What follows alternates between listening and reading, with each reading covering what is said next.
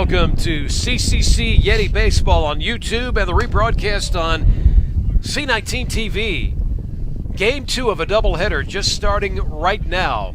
The Yetis of Cleveland Community College, of course, hosting Guilford Tech, the Titans, and we are underway. Paul Foster, joined by Guy Suttle, a well-known and baseball name here in Cleveland County, coaching and so on, and we're glad to be with you as starting this game is the center fielder for the Titans. That is Cam Caro, number 27. He is up to bat.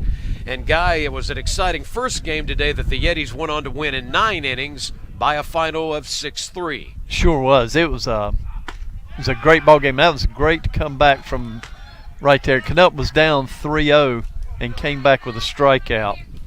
Yeah, by the way, as we get you set up, as we get everything in place, Guy was making reference to the starting pitcher in this game today, Parker Canuck, out of Fletcher, played his high school ball at H.C. Reynolds up in the mountains. Number 30 is on the mound.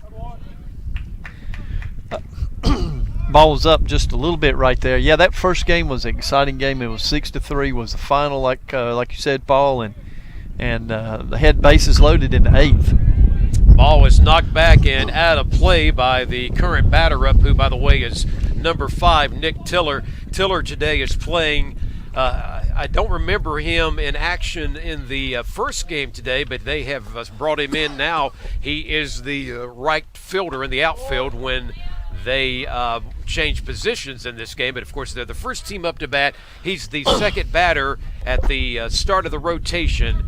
And, of course, we've already got one out, and he is the second man up right now. Next pitch is in there, a little low. However, the batter swung on that one. It's a good changeup.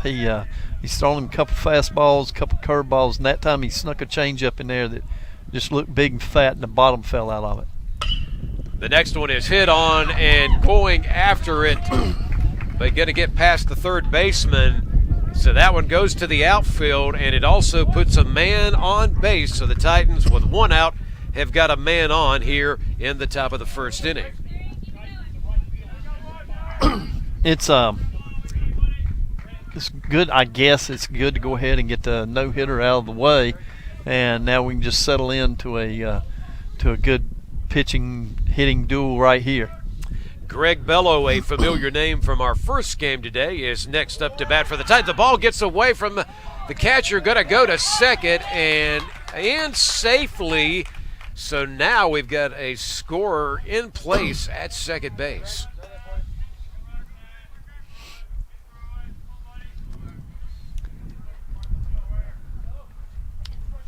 Number 2 batter in the lineup, like I said, Guilford Tech. I was always a favorite of small ball, so number 2 hitter sometimes will be putting down a bunt. I don't think he's going there, especially now with 2 strikes. Yeah, we just saw that second strike, as you mentioned, Guy, and Canuck's good-looking fastball that time to get past Greg Bello, who is the man at home plate. He's going to pop this one. Oh.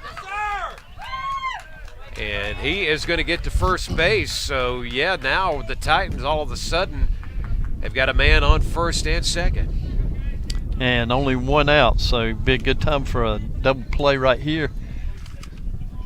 That one just took a little bad hop on the backhand. This is a little bit reminiscent of what happened in the game of the first game today, and that was a good start by Guilford Tech. However, they didn't get any runs in that inning, but they did put some men on base, and they're doing that here. This pitch a little bit to the outside, this time by Canuck. And by the way, the Yetis pitcher is the young man out of Coconut Creek, Florida. Chris DeVerona is in the catcher position right now. Canuck's next throw hit on, and I heard it. We heard an echo right up above our head, but where the ball went after that, I'm not sure. But we're safe, okay, at least, Guy. Yeah. And up right now is Anthony Hausner, by the way, infielder for the Titan team. So we begin the game, and the Titans have already got men on base. This is just a time here where we're hoping that Canup on the mound and the Yetis can come through and get out of this thing with no runs. Needs a nice little strikeout right here to help his cause, and then with 2 outs, we'll just play defense from there.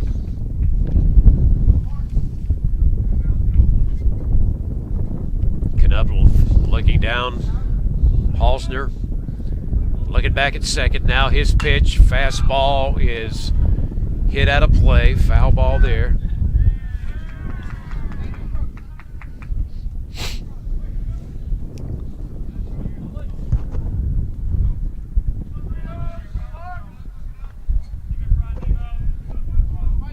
Nice pitch right here coming up. Yep, Halsner's awaiting it. There it is, a little low this time for the ball. I'm sure their coach is just wanting them to put it in play right here, especially with only 1 out. He would like to see that fly ball to the outfield at worst. Here's his next pitch. This one is hit. It is stopped at second base, but not before. Or got an out. Yeah, we he did got get the the out. out, though. Okay, great job getting the out at second. That's been done. And for the Titans, they now have a man on the corners on first and third base. That was a great play by the second baseman, and made a nice play there and flipped it to his shortstop.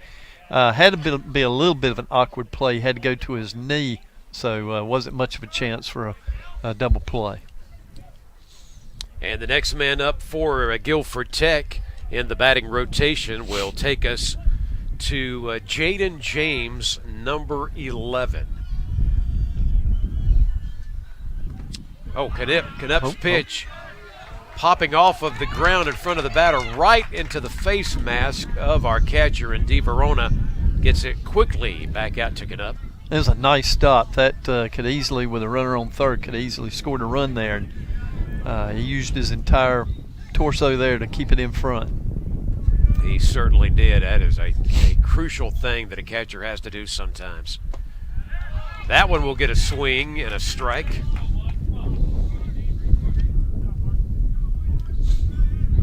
Again, this is the second game of a doubleheader and also alumni weekend here at Cleveland Community College. We had a chance to talk with some of those involved with that in our first game today. And we invite you to come out if you're an alumni of this college. Struck on there. So now 2 strikes in the mix. And this will be a big pitch coming up here for Canup. It sure will. It'd be nice to go ahead and end this inning with a strikeout. Gave up a couple of base runners, but no harm done if we can get this guy right here. Yep. And prevent any scoring will be big. Oh, yes, sir. Absolutely in there for the strike and to end the inning. So getting it done when you had to. And that is exactly what we saw there in Parker Canup. Yes, and just unofficial results there. I've Yes. got him down with 2 strikeouts in the inning, a base hit, E6, and a fielder's choice. So we're off and running, and nobody got hurt. We are off and running, and we're glad you're with us for Yeti Baseball, a presentation on YouTube by, of course, C19 TV here at Cleveland Community College. Game 2 of the doubleheader. And a reminder that there's so much to celebrate here at Cleveland Community. If you're thinking about coming back to school or making that transition from high school to community college, this is the place. And one of those is certainly the continuing education department, offering a variety of short-term job training opportunities. These academies and classes provide hands-on job skill training, ladies and gentlemen, and usually only within a few weeks you can get in and get that done.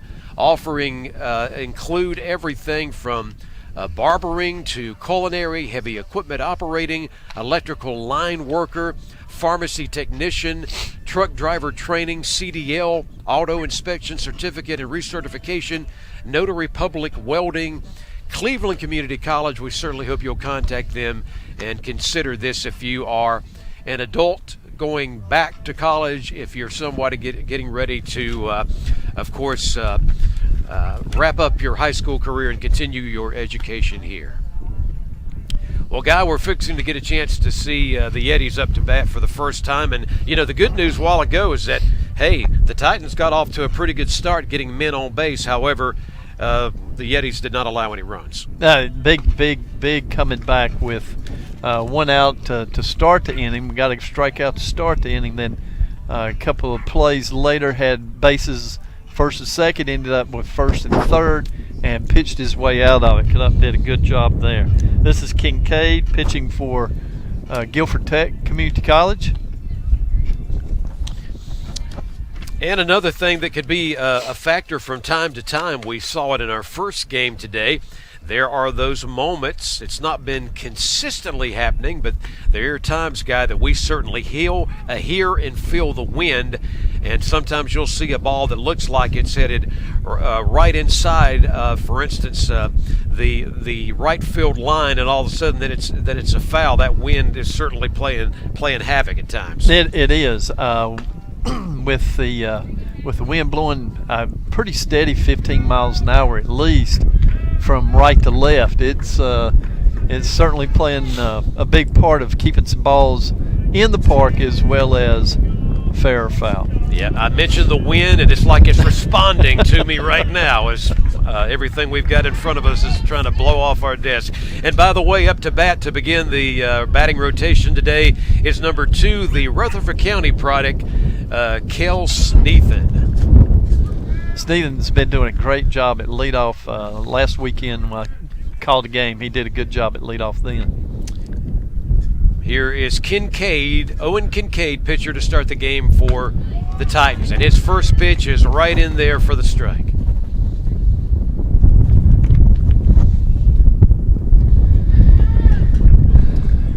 You spoke about the wind, and it has certainly turned it up a notch since you called its name. I know. There's another strike, so a good start here for Owen Kincaid on the mound for the Titans. Yeah, I think I told you a little while ago, might have been off the air, that sometimes an announcer is known for saying something that's not been happening, and it's going to immediately happen and turn for the worse a lot of times. Sneathan, good piece right of hitting there at the first baseman, and it didn't get past him, but a good effort, as you said, Guy. Yeah, that was a good piece of hitting. He had 2 strikes on him. He's having to protect the plate. I thought he had just cue balled one right down the line, but the first baseman made a good play on it. Coming up next is the kid that usually makes good things happen out of Pittsburgh, Pennsylvania. Tyler Casiato is up to bat. And as we just saw, one out here in the bottom of the first inning. Owen Kincaid facing down this hitter, getting ready for this pitch here. And I tell you what, this young man's been looking sharp so far, this pitching. Nah, he's doing well. The umpire, he's giving it where the umpire's going to give him the pitch, and right now the umpire's working on the high strike, and that's where he's keeping it, right at the letters. Glove in front of face, now getting in position. Here's the next throw. He gets it past Casiato for strike 2. May have taken just a little bit off of that one. A little bit of change up, had some movement there. Casiato was on time and just swung right over the top of it.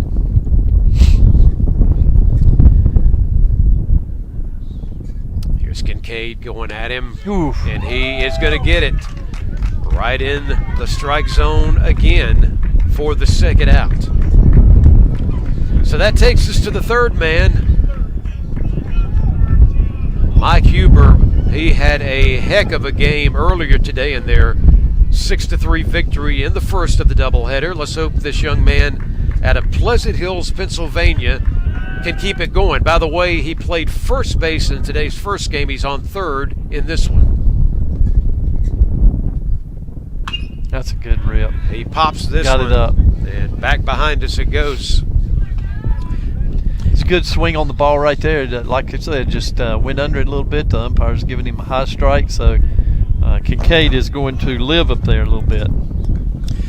Yeah, they yell from the dugout when he's up there. His colleagues here call him Big Mike, and he usually can make some big things happen. Let's see what happens here. Pitch is low this time. Took a little off, threw him a little curveball. Lefty on the righty though. We're gonna hope good things happen here.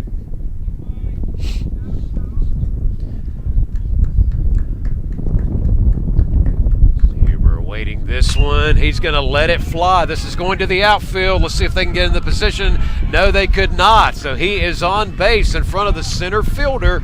And Big Mike, again, is making, as he did in the first game today, he is on base. It's a good piece of hitting there. The wind is playing a little havoc on it. I probably held that ball up a little bit.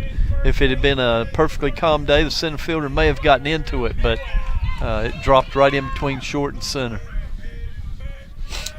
We're getting an opportunity to see up to bat for the first time today in this second game, Robert Moya, number 31, another one of those Miami products that has made their way to Shelby, North Carolina. Pitch is a strike from Owen Kincaid. So Big Mike on first, Moya up to bat. A couple of outs already against the Yetis in the bottom of the first. Kincaid's pitch. It's a little inside. Exactly. So alive still is Moya as he's seeing if he can make his way to first base. Keep this inning alive for the Yetis. After their win earlier today, the home standing is 5-3, the record so far this season. That one out of the strike box most definitely. Yeah, it was up and away, and good eye there, and just need a little, keep this inning going right here.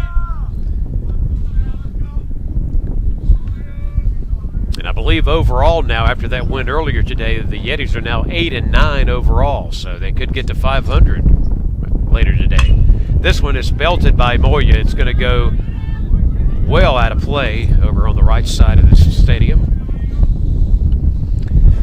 Yeah, you always like watching those good young players come in and take their hacks. It was when it just got away from it. Big part of the bat just didn't quite get there. Big Mike playing off first a little bit, as you would expect. Pitcher looking, now the pitch. Whoa, me. Yep, very close, but strike was not the call. I think that one was right under the letters. I'm surprised he didn't ring him up on that one because he's been calling that strike, but we'll take it. The Yetis will take that one. Boy, is still the batter. And he is going to be able to get the ball there, and he's going to be able to go to first base. So Big Mike goes to second, Moya on first, and not a bad player to be next in the lineup. Guy is a young man out of Washington, D.C. by the name of Kyrus Dawson. Yes, we had the pleasure of watching him play last weekend, and he's got great speed and keeps the ball in play, and that's what we need right here is just put the ball in play.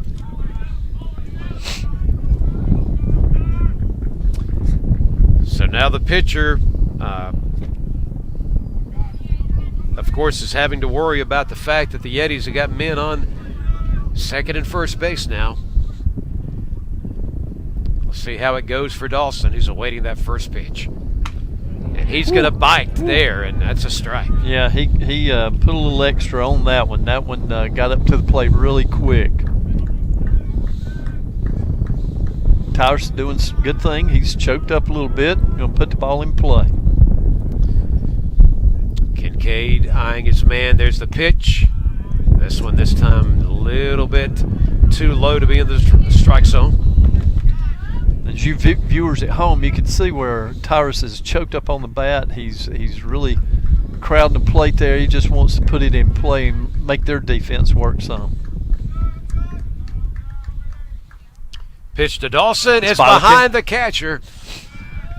So men will be able to move. Moya now goes from first to second. Big Mike goes from second to third. And even though there's two outs, Guy, there's some possibility here with a man on third. Absolutely, and crack of the bat, both runners are going to be running. So a little base hit could score 2 runs very easily right here. See what Dawson can do on the next pitch coming from Kincaid.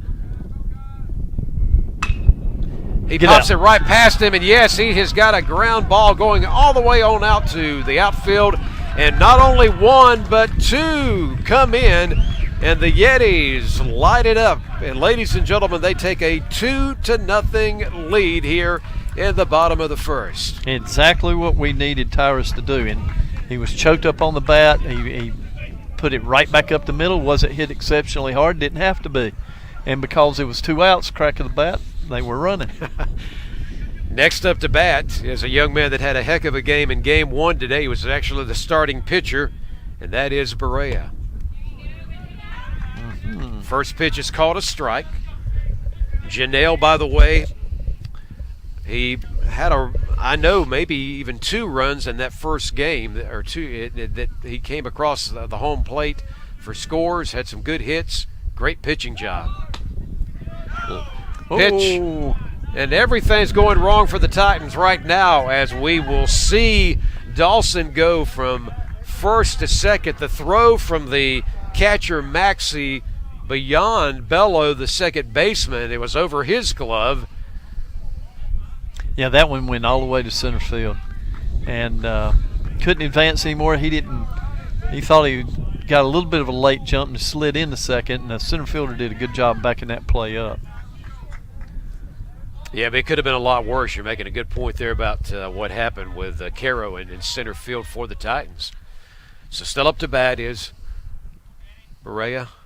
Yep, another base hit will, like that, we'll yeah, score another one. Exactly. This one over the head of the second baseman. There we go. Center fielder Caro finally gets it in, but not before we now see Dawson come across for another Yetis run. That was a good piece of hitting. He caught that one on the big part of the barrel and just rammed it right back up the center field. Because they were running on the crack of the bat, was easily able to score. So great start in the first inning for the Yetis. They were able to prevent the Titans, who had a couple of men on base, from getting a run, but they're doing a lot better on their end now at 3-0. First pitch, a little bit high from Owen Kincaid. This is Darren Munoz, the DH, correct? That is correct. Munoz is the latest batter up. Again, another one of those products of several out of Miami, Florida. So can the Yetis do a little bit more damage? It's going well so far in the bottom of the first with this 3-0 lead. Certainly a lot of pitches been thrown by Kincaid. He's eyeing first base. Now the throw to Munoz. He's in there that time for a strike.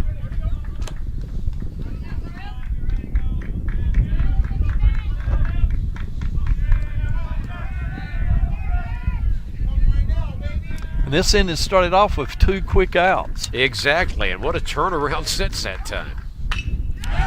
It is hit. And this one is going to go deep. It's going to go deep all the way up against the wall. So the left fielder finally gets his hands on it. Here comes the play at the plate. He struck. Safe. Safe. Yes, he is. That is Barreo. He's in as well. And this bullpen and this entire crowd here for Alumni Weekend is fired up. There couldn't be a better start in this first inning for the Yetis than what we've seen so far. It's a great double right there, right down the left field line. Left fielder may have stumbled on it a little bit, but it didn't matter with the speed that was at first at that point in time. So designator hitter Munoz comes in and does a fine job, Guy, and now we get to see today's starting catcher in the lineup. That's a big man in himself. Number 50, D. Verona, is up to bat. D. Verona. So Kincaid is still on the mound. And again, it's like we've been talking about. They're going to be moving on the crack of the bat, so a base hit could probably score another run. And by the way, that other run could be Daniel Munoz, who is currently at second base after that fine ground hit a moment ago. Pitcher looking behind him. Now the throw to DiVerono is in there to get the strike. Just got to get used to the we're doing pretty well on that high strike right now. So. A lot of encouragement coming from the dugout to the current hitter in DeVerona. He will take a hit at this one, and it'll be out of play for the foul. Yetis up 4-0, and all 4 runs have come with 2 outs. That will just drive a coach crazy. Yeah, you remember that well from many years of coaching. What are you talking about? Yeah, I've watched enough of the Braves here lately. Well, not lately, but last year, and it would drive you nuts too. Yeah, let's don't even get into Major League Baseball right now. That's not a good story, is it? DeVerona trying to keep the Yetis out there, but he'll take another swipe at this one. Yeah, my goodness, right over above the heads of his fellow players off the top of the dugout. Yeah, they're starting to get behind the netting right now. We're not going to forget about Munoz out there at second base as well. There could even be maybe a chance, which there is, for another run to come in. But if 1 out will end it. DeVerona going to go after that one, and he got him, yep. So a great bottom of the first for the Yetis, who have been able to jump out to a 4-0 lead. We'll go to the second. When we come back, we want you to stick around and check out some great announcements from Cleveland Community College. We're coming right back at you. You're watching CCC Yeti Baseball on YouTube and the rebroadcast on C19 TV.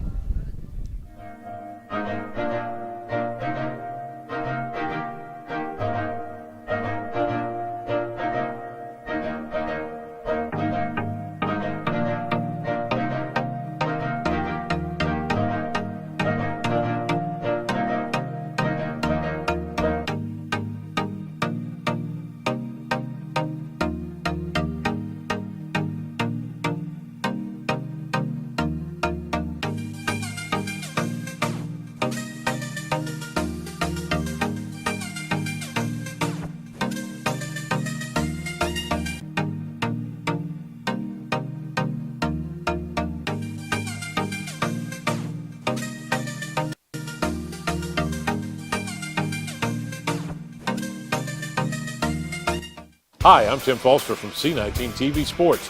Join us each month for Yeti Tracks right here on C19 TV. Each month we talk to the players and the coaches of Yeti Athletics, including cross country, Yetis boys baseball, and Yetis girls softball. We break down the matchups, the conferences, the games, and the events that make Yeti sports so special. Stay informed with Yeti Athletics right here on Yeti Tracks each month. Join us right here on C19 TV and online at c19.tv. We come back to you on YouTube and the rebroadcast on C19 TV, Cleveland Community College Yeti Baseball. We go to the top of the second. The Yetis had a great start in that first inning. They lead 4-0. And the next pitch is swung on and back behind it. By the way, let's set it up for you. The latest batter is Gianni Tusse for the Titans. And for the Yetis, of course, still on the mound is Parker Knupp, who started as pitcher today. High pitch that time. Yes, Knupp in the first inning had a couple of strikeouts, a big strikeout to end the inning with runners at first and third. Close, but a little bit out of the strike zone on that one. I was glad to see the 4 runs by the Yetis in the bottom of the first, and all of them came with 2 outs. Yes, he did. Yep, and you're right, Guy, and you know, as a former coach doing that for so many years, fans or whoever, when you're just 1 out away and you allow not 1, not 2, but it went on to be 4 runs, that's rough. It is. It makes you feel good in one dugout and sick in the other. Got to go after that one, and strikes him out.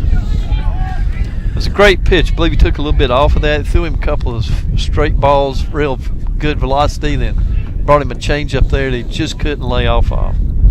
Yeah, again, we remind you, we're glad to have Parker Knupp here at Cleveland Community College, and he comes from a program that's had some pretty good baseball runs over the years, that program up there at AC Reynolds.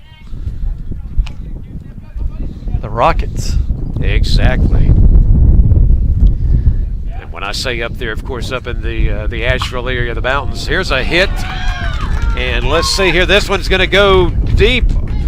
It was going to end up being a two-base hit as it went past the third baseman and well out into left field before Cleveland Community College could get that one thrown back to the infield. Was a good piece of hitting. It wasn't a bad pitch. He just got his hands through it and drove it right down the line. So the Titans were successful in getting some men on base in that first inning. They now have a man on and on to second. As we see coming up here is Gianni Romanello. Now, Romanello, the latest batter. High pitch this time from Canuck.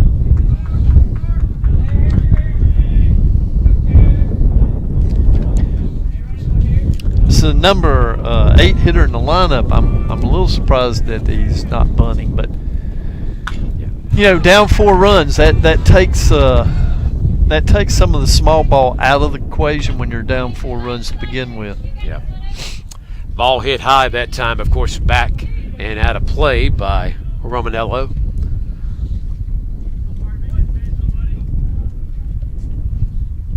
Giovanni Romanello.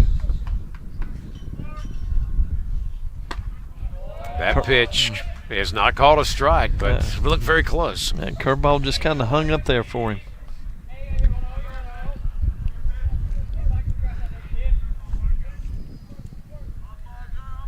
Canuck eyeing his man as he gets ready for this next pitch to Romanello.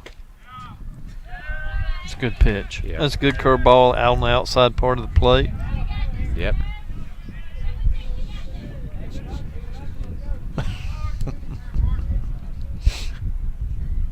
Canuck will go with this one, and Romanello will go after it. Foul ball must have caught him right on the instep. Yep. He's walking it off pretty good. Umpire came from his position to make that call clear to everyone.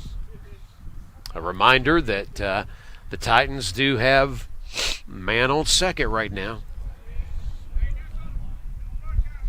With 1 out, we need to keep this one on the infield. Canucks next pitch. Ooh. Must have been just a little outside. Yep, that appeared to be the case. I've got a full count, Paul. That we do. Big one coming up here from Canuck. And as you mentioned, Guy, just a moment ago, 1 out. Here it is. And he's going to go for it, and it's not going to work out. So there is a strikeout thanks to the work of one Canuck. That was a big out. Now we got a runner on second, and 2 outs, and the number 9 hitter coming to the plate. Maxey? It is. Maxey, by the way, is in the catcher position in this game today. Daniel Maxey. He is up to bat, and we now still have the man on second, but 2 outs. High pitch this time from Canuck. Good job by Di Verona to bring it down and keep possession of that baseball. Yeah, we talk about the hitters being having to make adjustments to a left-hander or to a right-hander. Sometimes the pitcher has to make an adjustment. He got him here. He swung on and a strike. He had a number of right-handers in a row coming to the plate, and now he's got a left-hander. He does have to. It looks a little different to him. Looking back over at second, making sure that possible scoring run didn't get away. Pitch is out of the zone that time. Got a 2-1 count, Paul. 2 balls, 1 strike is the count. And a 4-0 Yeti lead. Yep, that's the good thing so far. How about this one? It was not called a strike. Okay. We got a 2-2 count. Now, as a coach, you can't argue balls and strikes. What's the protocol for announcers? Well, we like to try to keep it down the middle as best as possible. But you got to call it like you see it. And we're going to get a close one there, but the batter's still alive. Full count.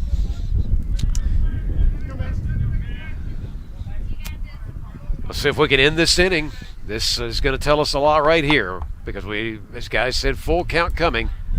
Number 9 hitter. Let's get this kid right here. Daniel Maxey, can he keep his team out there? Yeah, he is. He's going to take that walk to first base, and now they've got a guy on first. They've got a possible score on second, and that will bring up in the rotation number 27, who is Cam Caro. Yeah, that was a good piece of that was a good plate appearance for the number 9 hitter, because that last pitch was close. It was a little outside. It was a hard one to take. That was in there for a strike, and Guy just got to thinking what happened a little bit ago. There were 2 outs, and then Cleveland Community in the bottom of the first, they get 4 runs. We've got 2 outs on them, but yet they've got 2 men on base, so anything's possible. Yes, he did. Hold up. Yep, wait a minute. Is this going to stand here as everybody's moving on now at third and second base? It was a check swing, and it kind of threw the catcher off just a little bit. It was in the dirt. I'm sure he called it a strike, but all the runners moved up. It was probably a good idea that he didn't throw it. He wasn't going to get them. Yep, Jeffrey Davis is the man at third. Here is the hit. Caro's popped up. This one should be taken care of. Very good. And it is. So they survive, as they've done often today in both games so far. And as we get ready to go to the bottom of the second, Cleveland Community is still on top after getting off to that great start, 4-0 over Guilford Tech so far in our game number 2 of the doubleheader here today. As Paul and Guy are with you on the broadcast, and as always, I'd like to give a big thank you to those doing work. And a great job by everybody working on this broadcast today. Now let's move to something that's coming up, a very special program called War in Europe. It's a local perspective, a special program this week only on C19 TV. So check your program guide for times. And a guy, just to go away from the sport of baseball for a moment, it's certainly not been some pretty pictures to see over the past week with Russia going into the Ukraine. And I want to thank everybody with C19 taking time to put this local perspective from some experts together for that program coming up. Yeah, it's a very unfortunate situation that where our world is today, and our thoughts and prayers are with those people in the Ukraine. And I'm glad that Cleveland Community College is going to bring those local leaders together to weigh in on some of the issues that are out there, and it's just so sad. It is. They're going to be experts in a lot of fields, including those that have the knowledge of Russia. Of course, the whole thing over there, we invite you to certainly check your program guide and look for the times that will be airing as it premieres this coming week, and will be hosted by David Allen, I do understand. So something that we'll all look forward to seeing. So we go to the bottom of the second.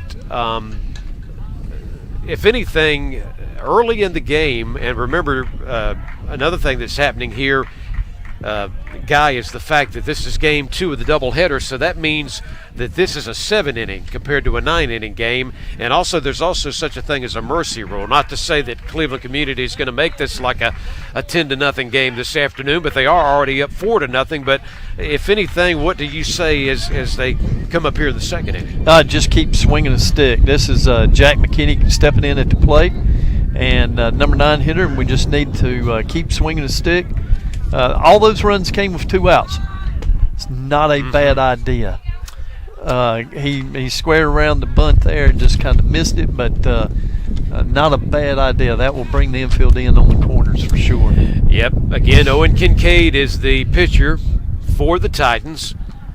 You've got Halsner on first, Bello on second, James on third. When you, in particular, talk about those players that have to watch for the bunt, but that more than anything starts with the pitcher, of course. And this will be a regular hit out of play this time by McKinney. Years ago, we called that a fake bunt and slash. Is that right? But it's usually with in a hit and run situation. But Jack was going to test the waters there a little bit, get the guys coming in, and swing away. It can make the life flash before a third baseman's eyes. And he gets him right there. He's out. Is McKinney, the strike thrown by Kincaid, and that'll take us to the next man up. And that'll be taking us back to Kel Sneathan, who I believe started this lineup today for the Yetis. He did. He had a ground ball to the first baseman. It was a good piece of hitting. Thought he was going to sneak down the first base line, and first baseman made a good play for one out unassisted in the first inning. Pitch just a little out of the strike zone that time for a ball. That was a good call for us. It was. Sneathan, as we had mentioned to you, one of those Rutherford County baseball products. High pitch this time. Catcher jumps up. Maxey making sure they didn't escape him, but again, no danger at the moment. Nobody, of course, on base. Sneathan continues. He's, again, a product of RS Central High School. Kincaid will let this one rip, and Sneathan will go after it, hit back behind him for the foul ball.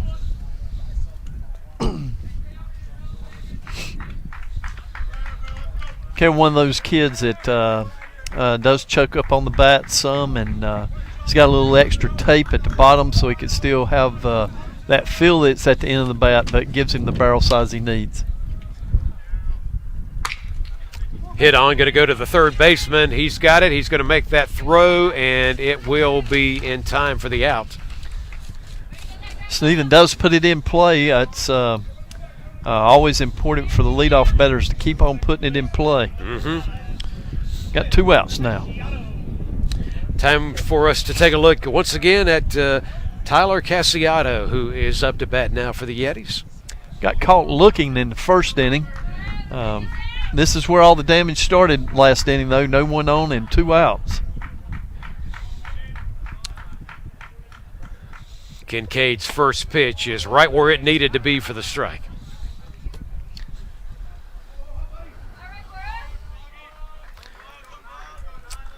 And again, we remind you, if you're watching now and you can't get here on Saturday, come Sunday for Game 3 and Alumni Weekend here at Cleveland Community College. Kincaid's pitch this time just a little bit out. Yeah, just a little bit on the outside part right there. And we certainly start this inning off again with 2 outs. Cassiato awaiting the pitch. Here it comes. He's going to go after it for the strike.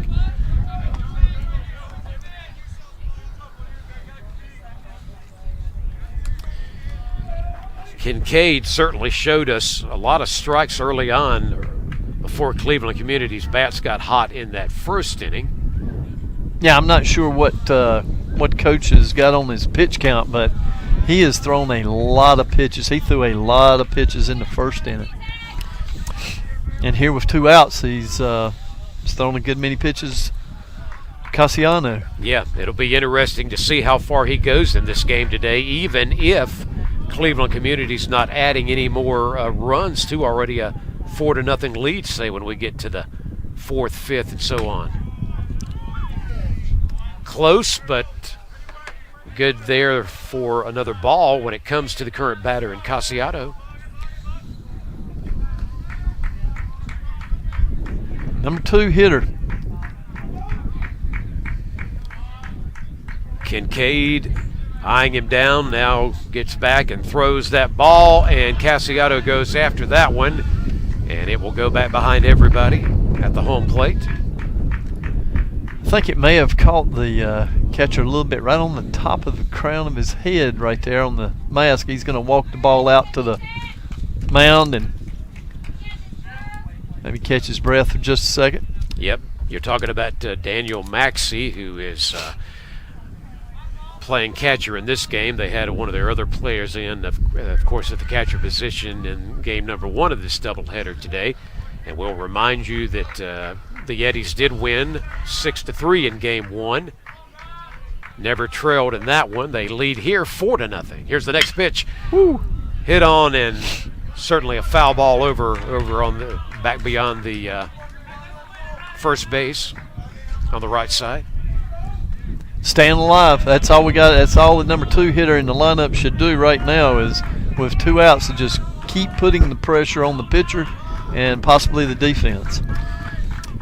If he gets the chance, Big Mike is in waiting as the next batter up. Cassiato waiting on this one. It's high, and yes, Big Mike will get a chance because Cassiato will make the walk to first base.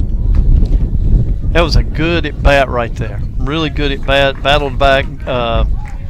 Kincaid just left that ball up, and he drew the walk. Now Big Mike. This is not. We already saw in that bottom of the first. You got a couple of outs. Hey, if the inning's not over, let's make it happen. They got 4 runs. A lot of guys got on base. Big Mike's was part of that. He belts this one. Good catch. And a great catch by the shortstop, Romanella, in order to end this inning. So no runs come in, and we have a man left on base, I believe, as well, Guy. And no hits, and just a walk that time, and it was a couple of balls put in play, but they were able to get us out of the inning in the bottom half of the second, with the Yetis winning 4-0. You're watching CCC Yeti Baseball. We'll take a break on YouTube and the rebroadcast on C19 TV. Hi, I'm Steve Putnam, and I'd like to invite you to join me for the next Talk of the Town. Each week I get to meet with some of the most interesting people in Cleveland County, and each show is packed with information you need to know to stay connected to our community. From promoting upcoming events to discussing local subjects that impact you, Talk of the Town has a little something for everyone. Plus, we're on every day, so it's easy to catch up with us. That's Talk of the Town, every day, every week, right here on C19 TV, Cleveland County's channel.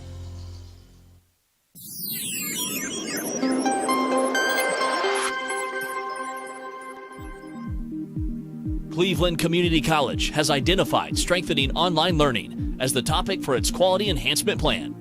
We're calling it SOUL. SOUL's 5-year implementation plan is focused on continuous improvement of online courses and promoting student success. We're excited for you to take this journey with us.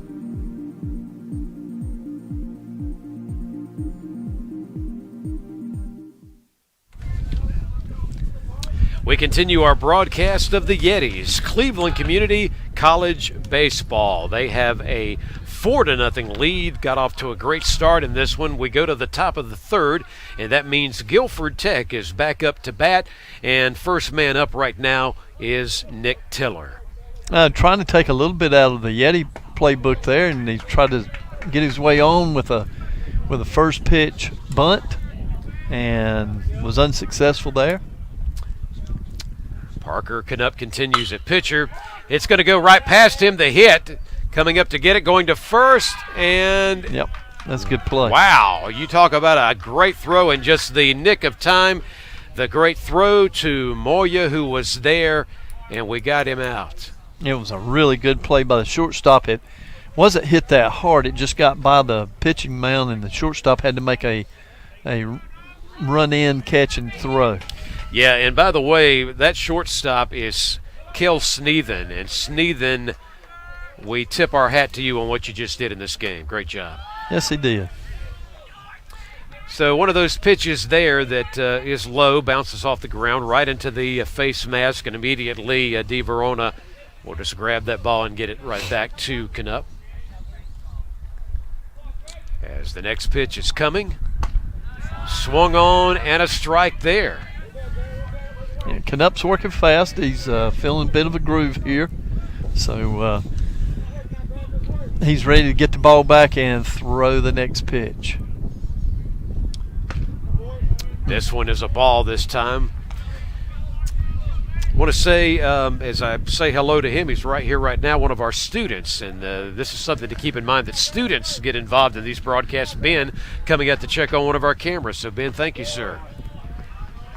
Yes, very important. It's a really, really good job by the students to help out with the broadcast, and it's a really, really good outfit. You're going to get experience when you are teaming up with the crew of Danny, Greg, and Randy for sure. Oh, how about that? Yes, he did. The nice strike in there, and that will take care of Bello, who is out, and the next man up is going to be Halsner, who, of course, is the first baseman. had a fielder's choice in the second inning. And the first pitch this time around for Canup is a little bit to the outside on the left side. High ball as well for ball. He will get this one in the strike zone.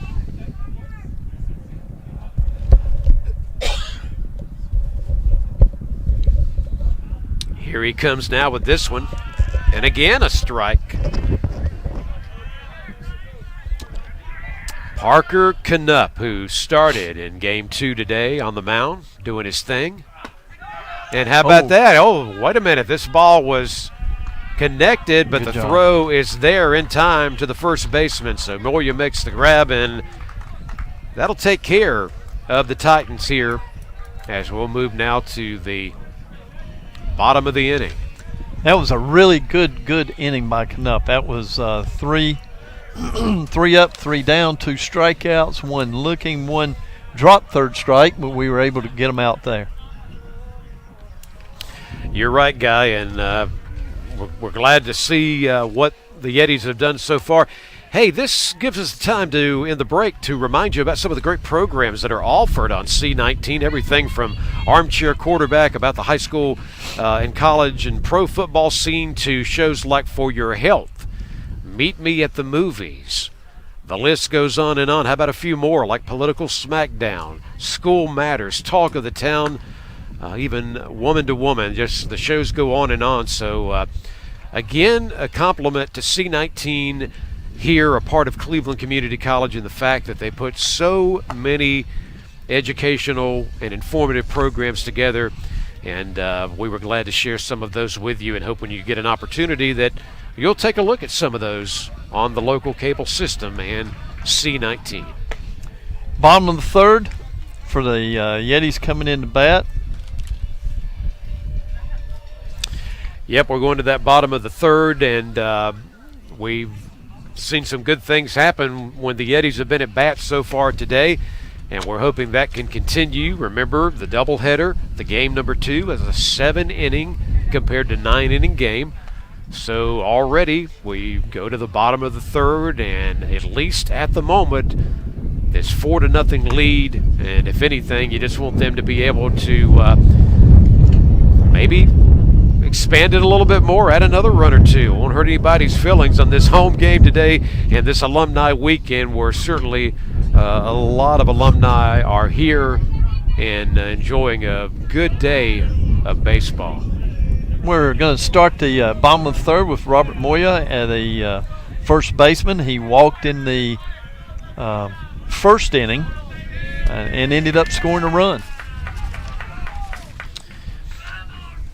Yeah, he was a part of all that action that really got things going for Cleveland Community today. He's going to pop this one, but this one should be a ball that can be chased down, and there is the job right there by Tiller in the left outfield, or excuse me, the right outfield, to make the grab. Yeah, that ball was moving around.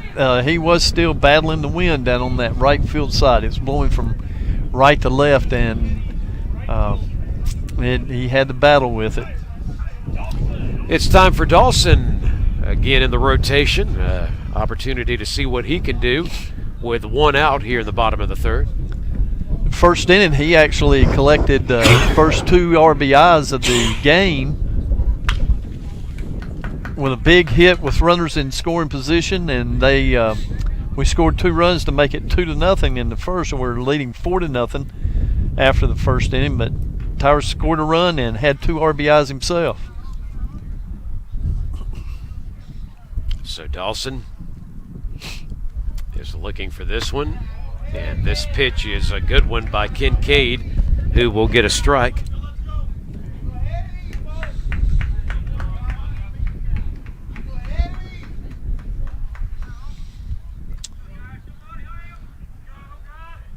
Kincaid's next pitch outside there.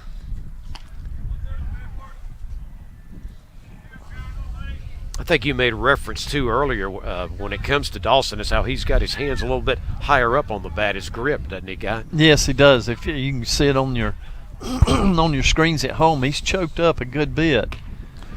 And that certainly helped him in the first inning to put that ball up center field and score 2 runs. Yeah, great job by our camera crew to get in on exactly what you were talking about there with this young man out of Washington, D.C.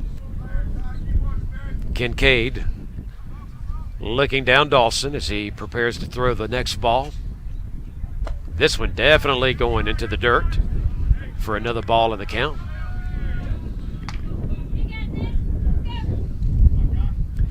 If I'm not mistaken in the record, this will be a good thing for Cleveland Community if they can hang on and win the second game today. They actually would go to 9-9 overall, 500 record on the season.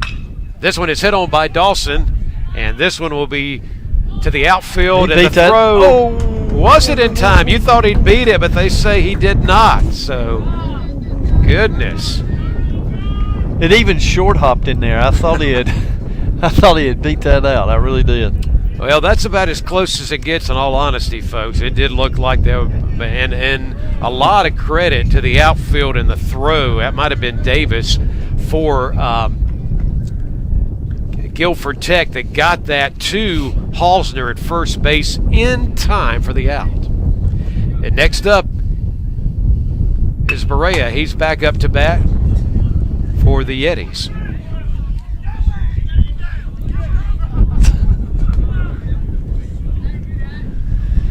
Keeping the dugout a little loose on that one. You got to be ready.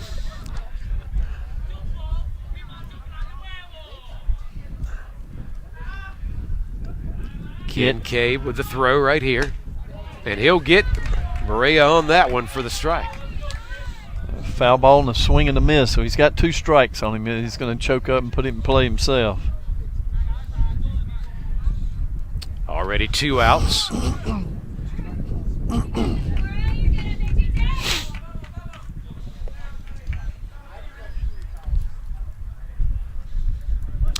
Kincaid looks down now, back up in position, eyeing down his current hitter as he gets ready for this throw. And again, Berea went after it, back behind him for the foul ball. It's hanging tough in there. And again, we go back to the first inning where all these runs were scored with 2 outs, so anything could happen. Yetis with a 4-0 lead. Here goes Kincaid with this pitch. Woo. And it is called a strike, and that will wrap up this inning. And we'll be headed on to the 4th inning when we come back. But as Guy said just a moment ago, Cleveland Community still on the scoreboard in good shape as they lead the Titans 4-0. We'll step away for a quick timeout. Stay with us. You're watching CCC Cleveland Community College Yeti Baseball on YouTube and the rebroadcast on C19 TV. Hi, I'm Steve Putnam, and I'd like to invite you to join me for the next Talk of the Town.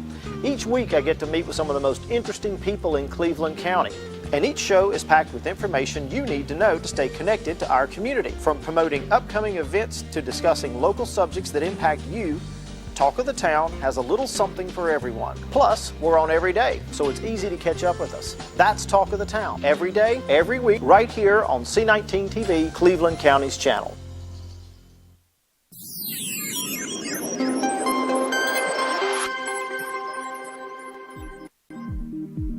Cleveland Community College has identified strengthening online learning as the topic for its quality enhancement plan. We're calling it SOUL. SOUL's 5-year implementation plan is focused on continuous improvement of online courses and promoting student success. We're excited for you to take this journey with us.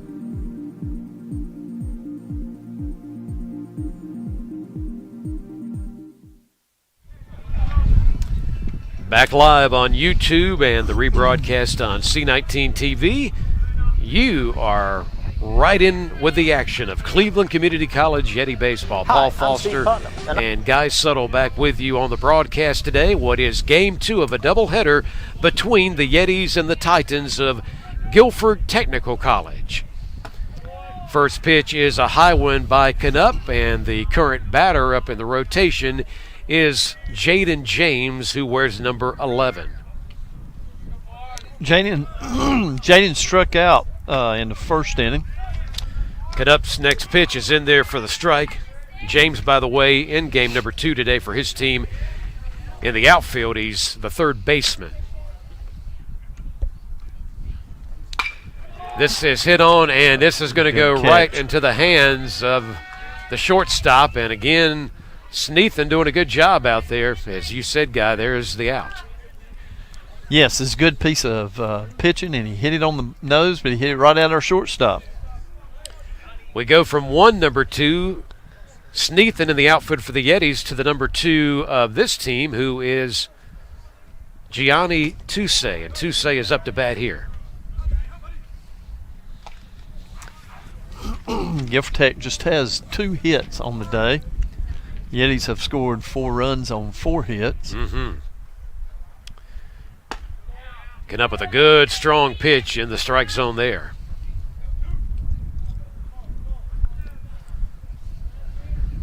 Gianni Tusay waiting this next pitch. And he will swing on that one, and it'll be fouled off back behind everybody.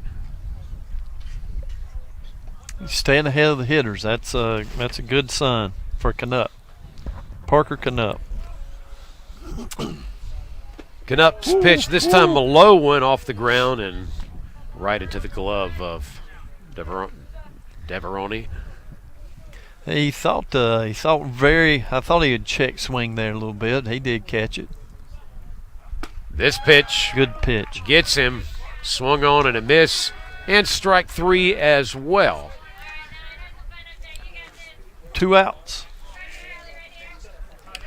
2 outs, as you said, Guy, and coming up now is Jeffrey Davis. Davis, of course, is playing. He is your left fielder for the visiting team from Guilford Tech.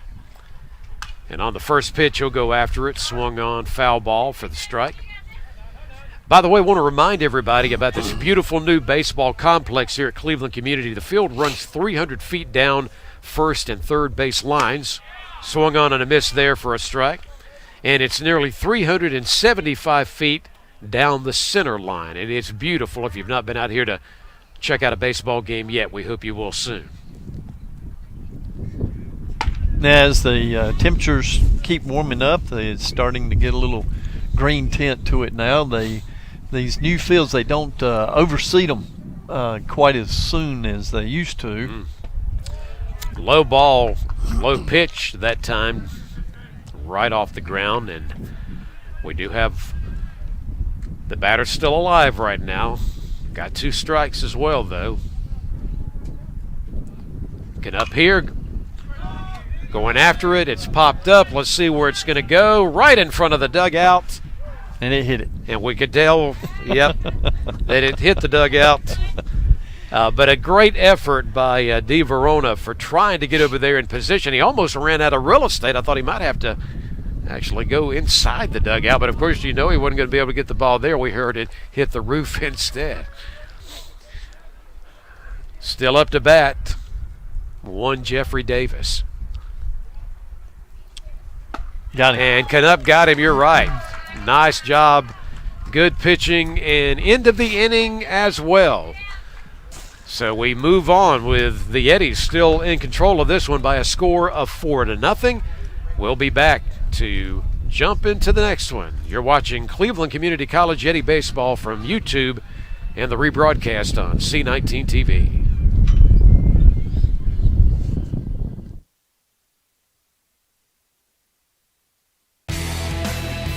Do you like to work with your hands, build, make something work, show, I've done this, turn your interest into a career? Construction trades at Cleveland Community College can give you the skills you need. Well-trained electricians are in high demand. CCC delivers hands-on training both in and outside the classroom. CCC makes it simple for students to get ahead, whether they want single courses, certificates, diplomas, or associate degrees. Now the question is, are you ready to start your journey today? Welcome to Meet Me at the Movies. I am Noel T. Man in the second, hanging out with a bunch of cool folks. Like Glenn from The Walking Dead. The Critics' Choice Scholar. Christian is not with us this week because he was smart. Tim, how are you doing back over there on the Tim Cam? Tim Cam. Love is eternal. Love is eternal. knows no date. It knows no date. Keep quiet. Which means we can run this more than once. That's exactly right. Yep. Oh, look at he's celebrating. He's celebrating Ragnarok. Was there a band called Striper? Yes. Really was? Yes, absolutely. I have no idea. I just made that up. As papers go flying with the wind, we are back with you for more action here between the Yetis and the Titans. Paul Foster, Guy Suttle, and so far and the wind and good baseball by the Yetis, who so far lead 4-0, and they are still up to bat as we're not ready to go to the next inning. It's time to go to the bottom of this one, and that means the Yetis are up, as I was jumping ahead a moment ago. And speaking of next man up, Daniel Munoz is at the plate. Daniel had a double. He's going to belt this one up, Guy, and this one's going to be in the hands for the out of the outfield there, the right fielder coming in to get it. Yeah, they're still battling to win. And he keeps on going toward the line and then having to reach back into the field of play for the out.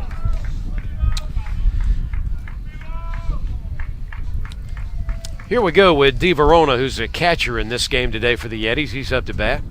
Again, Owen Kincaid continues pitching on the mound. And Di Verona goes after that first one. Strike, knocked out of play for the foul ball.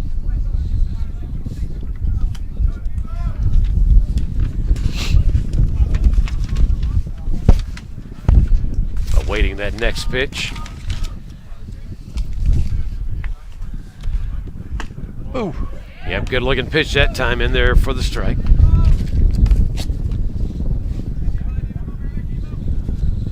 Paul, you're doing a great job. You are battling it today. The wind is just not letting up on us today.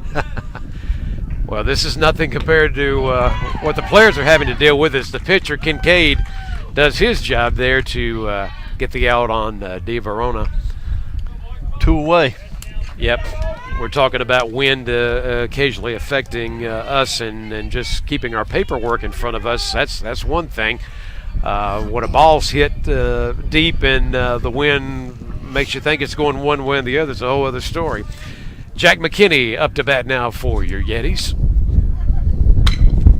He gets a hit on this one, and that ground ball is going to go beyond second base, out to center field, and he's safely to first base. And that was a good piece of hitting by Jack McKinney.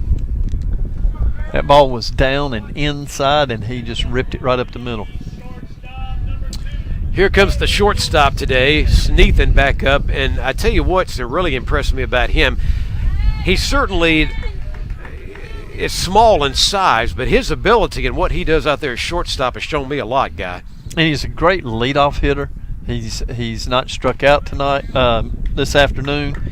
He's hasn't had a hit, but he's put the ball in play, and that's all you want to do as a leadoff batter is put the ball in play, make their defense work. Absolutely. So looking over to first, and they're going to throw to first. McKinney fortunately tags back up. Halsner, the first baseman, could not get that throw in time, so thank goodness McKinney's still alive on first base. I'm sure they're letting him know that they'll wash his uniform, but he needs to get dirty over there. Kincaid's pitched to Sneathan this time outside on the right side for another ball in the count. Again, he is working the pitcher, which is what you're supposed to do as a leadoff batter. 4-0, Yeti lead. And Kincaid will go to Sneathan, who will let it fly. And this one is going to go to the outfield, and it will be brought in by Jeffrey Davis, the left fielder, to end the inning. So the score remains the same as we wrap this one up, and we'll get ready to come back at you with the next one. It's 4-0, the Yetis over the Titans. You're watching Yeti Baseball on YouTube and the rebroadcast on C19 TV. Hi, I'm Tim Foster from C19 TV Sports. Join us each month for Yeti Tracks right here on C19 TV. Each month we talk to the players and the coaches of Yeti Athletics. including cross country, Yetis boys baseball, and Yetis girls softball. We break down the matchups, the conferences, the games, and the events that make Yeti sports so special. Stay informed with Yeti Athletics right here on Yeti Tracks each month.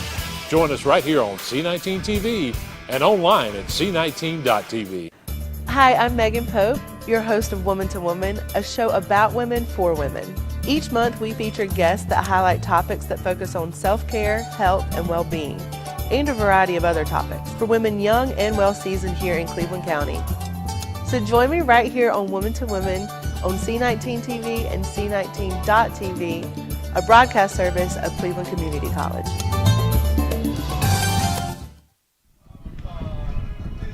We return live on YouTube. You may be watching the rebroadcast, which is available on C19 TV. Nonetheless, Cleveland Community College Yeti baseball continues 4-0. The Yetis are up. It's alumni weekend here at the baseball complex, and that will continue even to the third game of the three-game series. We're in Game 2 now, Game 3 on Sunday if you're watching live tomorrow at noon as well. Come on out here to Cleveland Community, and especially if you are one of those former graduates of this fine educational institution.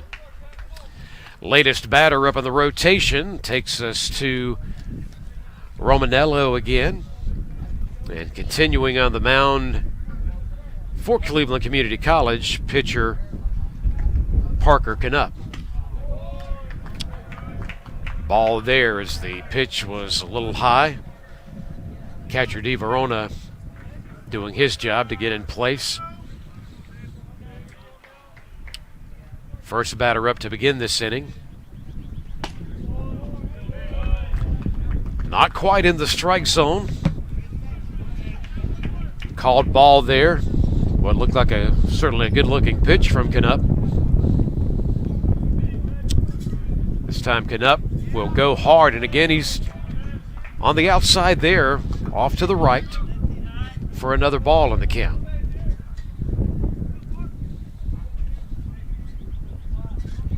The catcher, Daniel Maxey, will be next up in the rotation, by the way, standing to the side. Romanello will belt this one back behind everybody for the foul ball.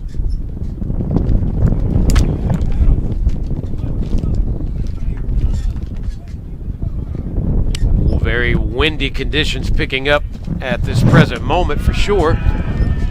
And a great job by Canup. He's going to get Romanello. So he's out. And here comes Daniel Maxey up to bat.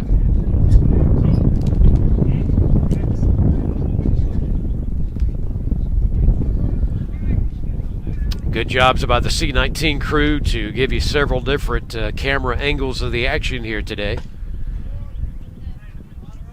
Pitch a little off to the right side for ball one in the count.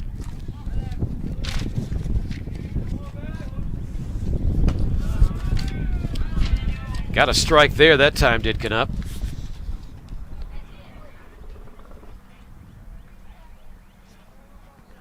1-1 count as he comes again at Maxey with another strike. 1 ball, 2 strikes. See if Canup can take care of the second man up here. This one belted back behind us. Foul ball going back over the dugout of the visiting team from Guilford Tech.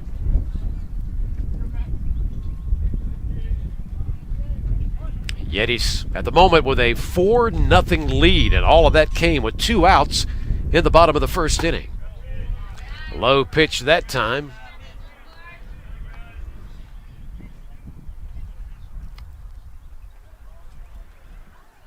Two and 2 count.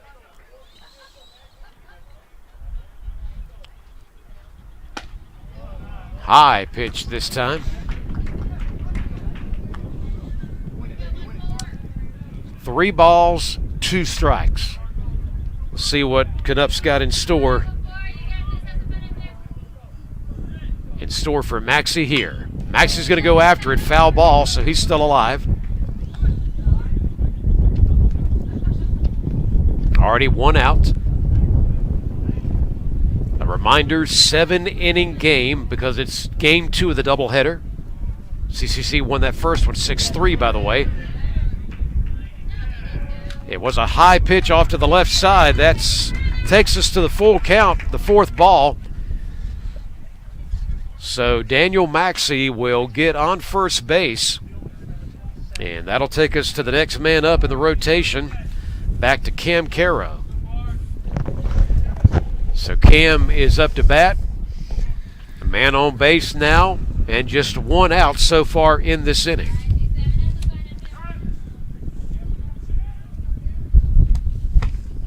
Good looking pitch. Right pitch. Yep, right in there. Strike. He's Canup has gotten him 7 strikeouts so far. Strike number 2.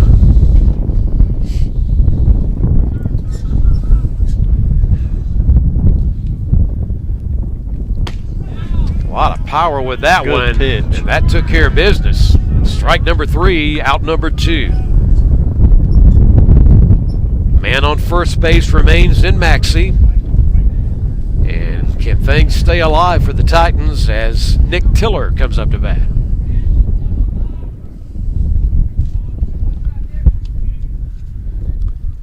Tiller goes after that one, strike 1. Nick got a base hit back in the first inning and then got picked off with a great move. Another strike thrown right in there to the catcher, DeVerona.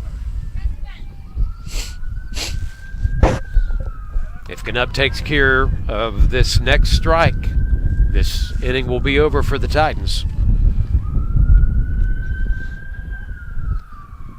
This one is low off the ground. DeVerona quickly jumps up in case he wanted to throw that one to his first baseman, who is Moye over there, but just thought a little better of it, didn't he? He did.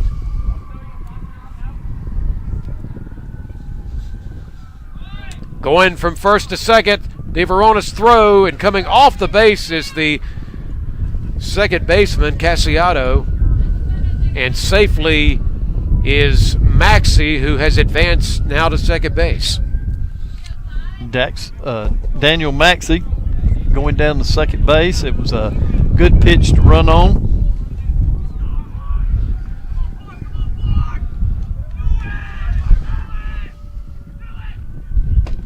He did good it. Pitch. He got the strike, and he wraps up that inning. So, had a man left on base, but again, they're unable to get any runs in, and Cleveland Community continues with their 4-0 lead over Guilford Tech as we get ready to go to the bottom of the 5th inning. As this presentation from C19 TV continues, and those of you watching, of course, live right now on YouTube, we're so glad you're with us. As Paul Foster back with a veteran baseball coach in the region, Guy Suttle. And Canup is up to 9 strikeouts so far in this ball game. That's unofficial, but thinking I'm keeping up with it pretty good. And that's 9 strikeouts.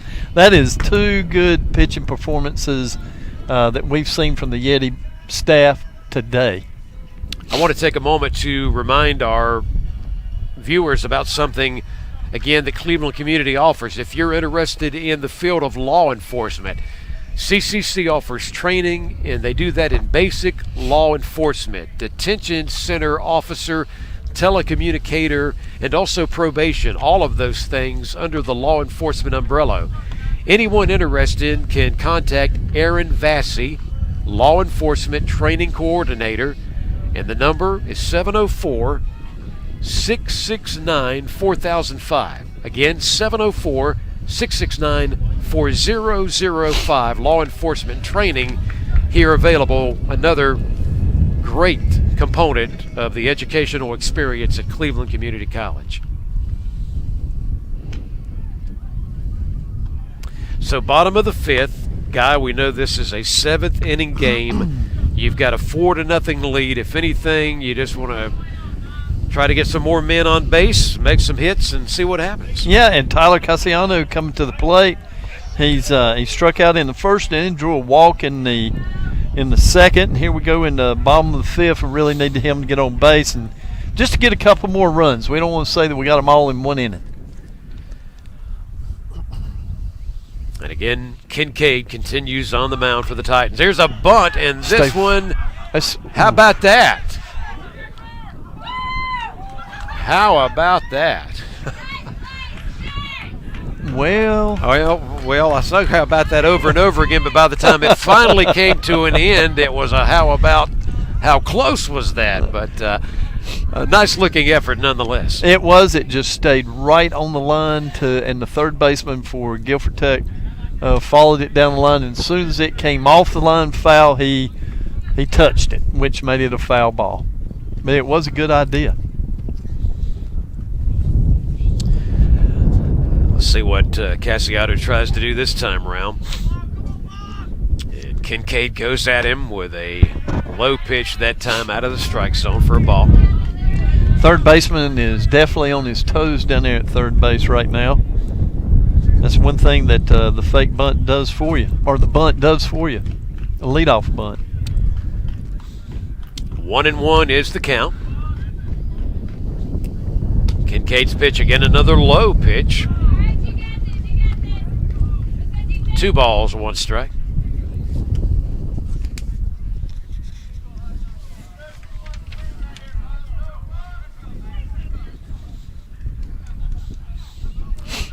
On this one, a little bit of a longer wait by Kincaid, now throwing it. And just barely out of the zone. Got 3-1. This is a hitter's pitch right here.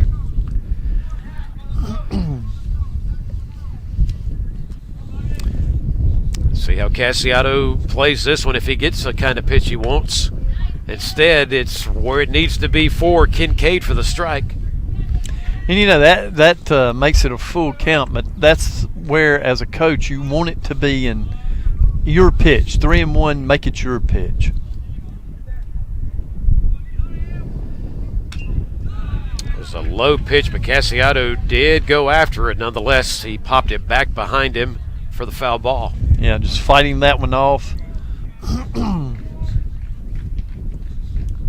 So the full count remains 3-2. And let's see what Owen Kincaid, the pitcher, wants to try here. Kincaid has thrown a number of pitches today, a lot of pitches. Time called for just a moment there by the ump.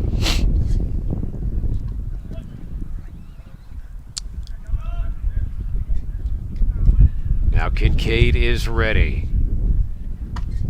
Good eye. Yeah. Good eye. That was one of those, if I would have been out there, guy, I'd have probably gone after him. But as you said, a good eye, and look what happens. Cassiano's on first base. That's right. We've got the first batter on for the inning in this ball game. So we need to get him around in scoring position and then let him come on around the home plate. Big Mike returns, and this guy always, as I say, seems to find a way to get on base. However, Kincaid's first pitch is in there for the strike.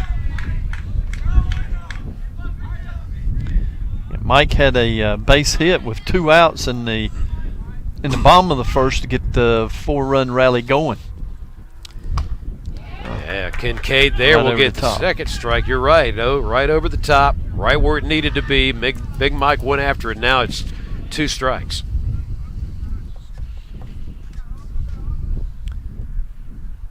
Kincaid eyeing first base, where of course Cassiano is. Now it's throw. Little bit out of there, thank goodness for Big Mike. 1-2.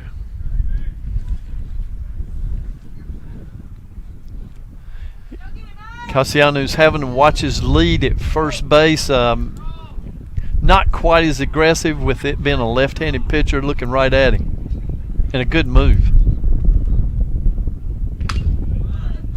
Foul ball there by Big Mike. Had to fight that one off to stay alive.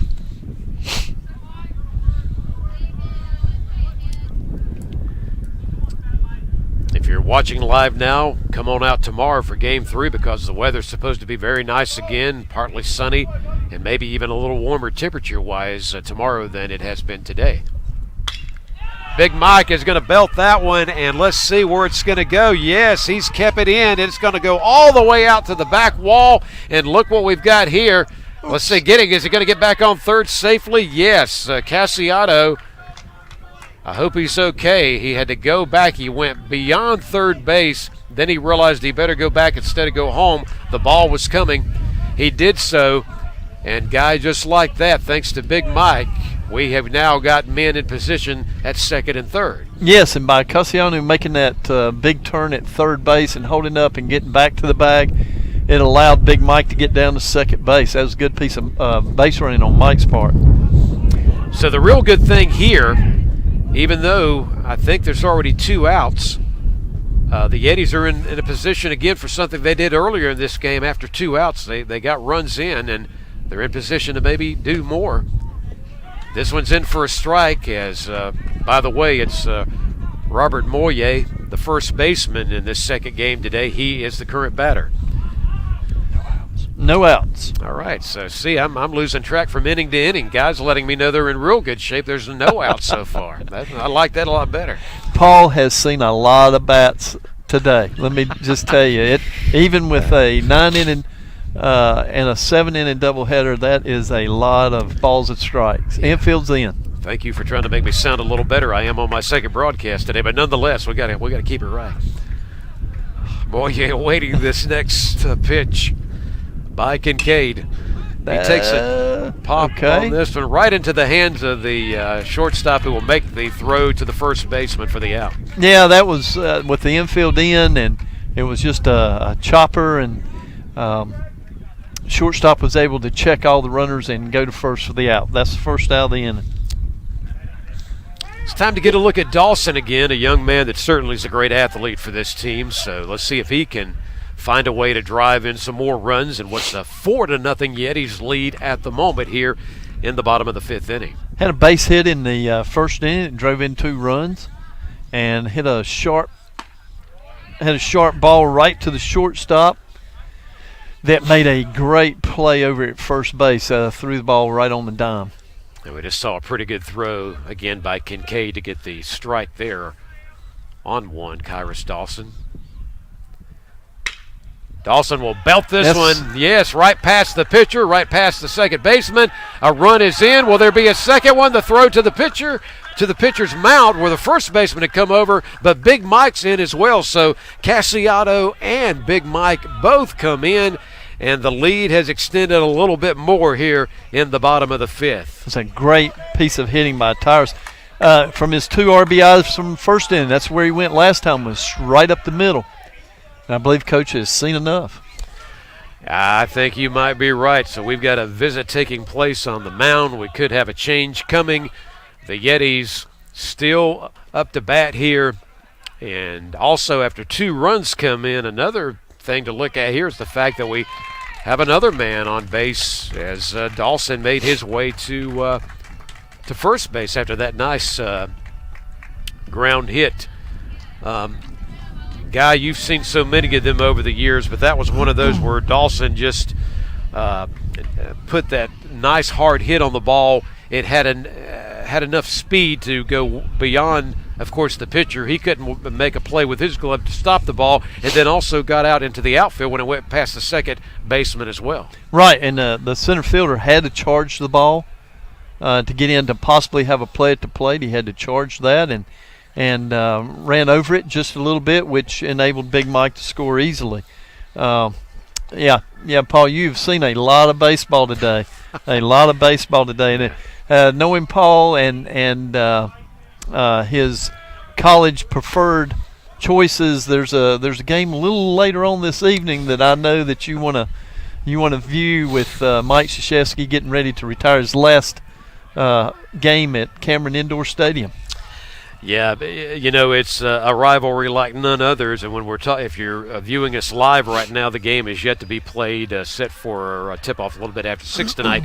And it doesn't matter what side of the fence you're on, Guy, when it comes to if you're a Tar Heel fan or a Blue Devil fan, there's nothing any more special than their basketball games. Even on those seasons where one team seems to be off, not as good as other, even if it's one team's ranked high, one team's not ranked, that don't mean that the team that's not ranked's not going to be the team to win the game. Anything could happen. But this one, of course, has all the other things added into the end of a career. It's not the end of the season, but the end of a last home game for the head coach and Coach K. And a lot of folks are going to want to get in front of their TV for that one later on tonight. Yeah, and what Coach K has, like you say, whether you're a Duke fan or a Carolina fan or any other fan, what Coach K has done for the sport of basketball is just mind-boggling. The winningest coach, number of wins, gold medals, the teams that he put together of NBA players and went to the Olympics and just shut everybody out. It's going to be a good tribute for him. So basketball, to those who are interested later on here, it's still good quality baseball of a program that is headed into a bright future, no doubt. And we're seeing this team just get better and better, the Yetis. We've got a guy taking off in Dawson from first to second, and he will make his way there for the steal safely.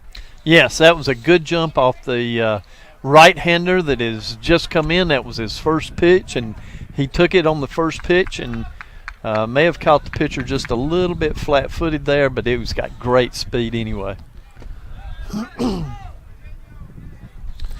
So we had a pitching change, of course, just a moment ago as well. So we've got a new man on the mound. We've got one out. Daniel Barrera at the plate. In a 6-0 lead. Mm-hmm. Nice looking pitch that time for the strike. Kyrus Dawson also maybe in position before we wrap up this inning to see if we can get him in for maybe another run. 6-0 right now is the lead for your Cleveland Community College Yetis. Swung on and knocked foul. Left side, right around behind the line of play on that particular hit.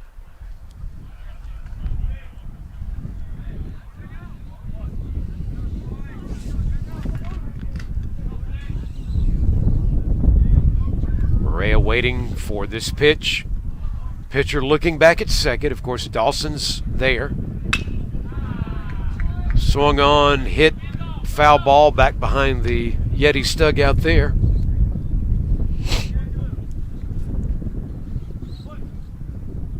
Just trying to get the pitching line for Kincaid completed. 4 1/3 innings. Dawson is taking off again. There's a throw from the catcher to third. What's the call? Safe. Yeah, that he is. Wasn't even close. Dawson has done it twice now. He got to first, stole second a few minutes ago, says, what the heck, I'm going to get to third, and now he's really in a better position, especially if Barea can find a way to bring him in. Throws a bit high that time. Owen Kincaid, like I said, 4 1/3 innings pitched, gave up 6 runs on 7 hits.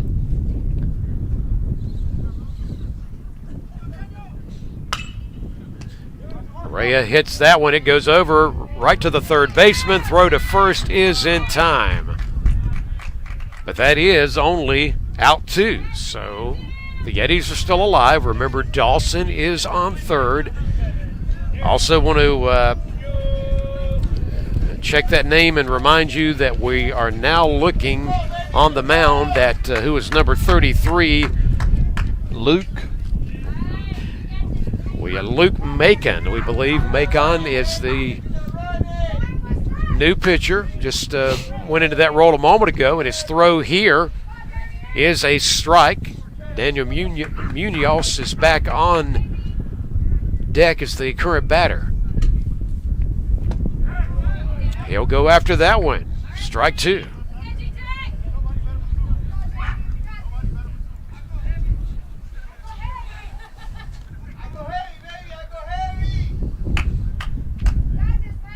See what Macon wants to do here. He knows Dawson's over there on third. Pitch is hit, belted high. Let's see if this one is going to be, looks to be right into the glove of the left fielder, Jeffrey Davis, for the third out. So we wrap up another inning of play, and Cleveland Community has a 6-0 lead. We invite you to stay with us. We'll jump into the next inning. When we come back, you're watching Cleveland Community College Yeti Baseball on YouTube and the rebroadcast on C19 TV. At CCC, we're all about training students for exciting careers. Our Barber Academy is a great example. Did you know jobs for barbers, stylists, and other related fields are increasing? Competition for the best jobs will be strong. With your CCC training, you'll have a definite edge. Our courses give you the skills and knowledge you need to sit for North Carolina's Apprentice Barber exam. To move up the ladder, you need at least 1 year of on-the-job training before you take the state's registered barber exam. If you pass, it's official. You'll be a registered barber. While private barber schools can cost $10,000 or more, CCC makes it affordable. Plus, you can complete our Barber Academy in only 15 months. Now the question is, are you ready to start your journey today? Someone once said that without music, life would be a mistake. And that's how we feel here on Face the Music. Hi, I'm Summer Castle-Keever, and I'd love for you to join me each month on our new program, Face the Music, which airs on C19 TV and C19.tv. Each month we'll highlight the talents, personalities, and stories behind some of the area's most gifted singers, songwriters, and musicians. It's going to be a lot of fun, so join me each month for a new edition of Face the Music right here on C19. We're back, and we're glad you're with us for Cleveland Community College Yeti Baseball on YouTube, rebroadcast on C19 TV. And time to go to the top of the 6th inning, and if anything, if you are Guilford Tech, you need for something to start happening. You're down 6-0. You're getting ready to go to bat, and also a decision, guys, been made for us, the Yetis, to bring in a new pitcher after a good job by starter Parker Canup. We're now going to get a look as he's warming up right now in Quentin Romo. Canup finished a 5 innings pitch, no runs, and if I'm counting correctly, 9 strikeouts. And just 2 hits. Not too bad. No, 9 strikeouts, 2 hits, no runs. And the first batter up here as we begin this inning is going to be Greg Bello.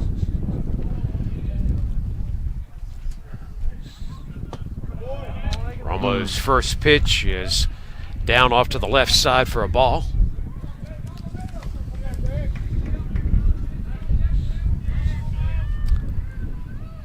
Romo, certainly, he has got some power. A good fast pitch. That one's in for a strike, 1-1.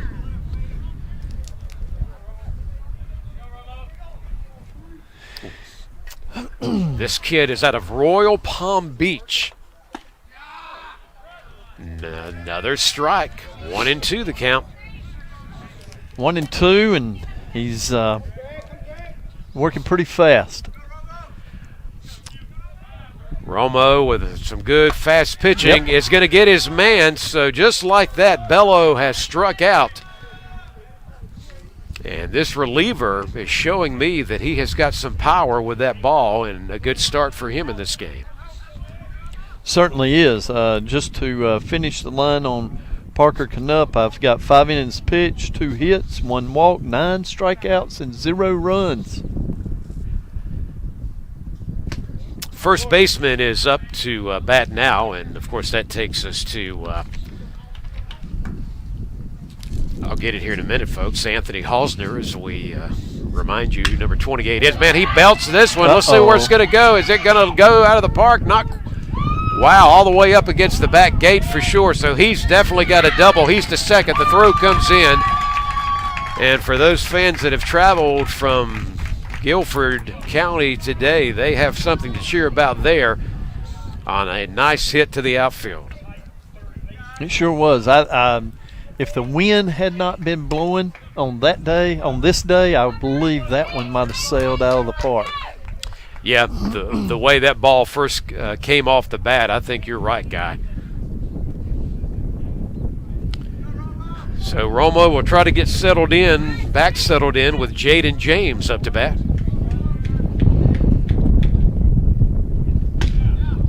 That hard throw is in there for the strike. Jaden had a strikeout in the first inning, then hit a line drive in the fourth.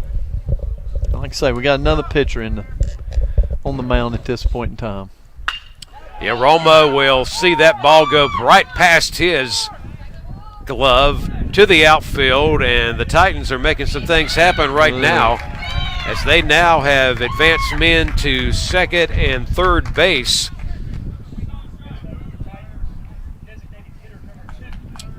And I understand we will see again the designated hitter up next, and that is Gianni Tusse.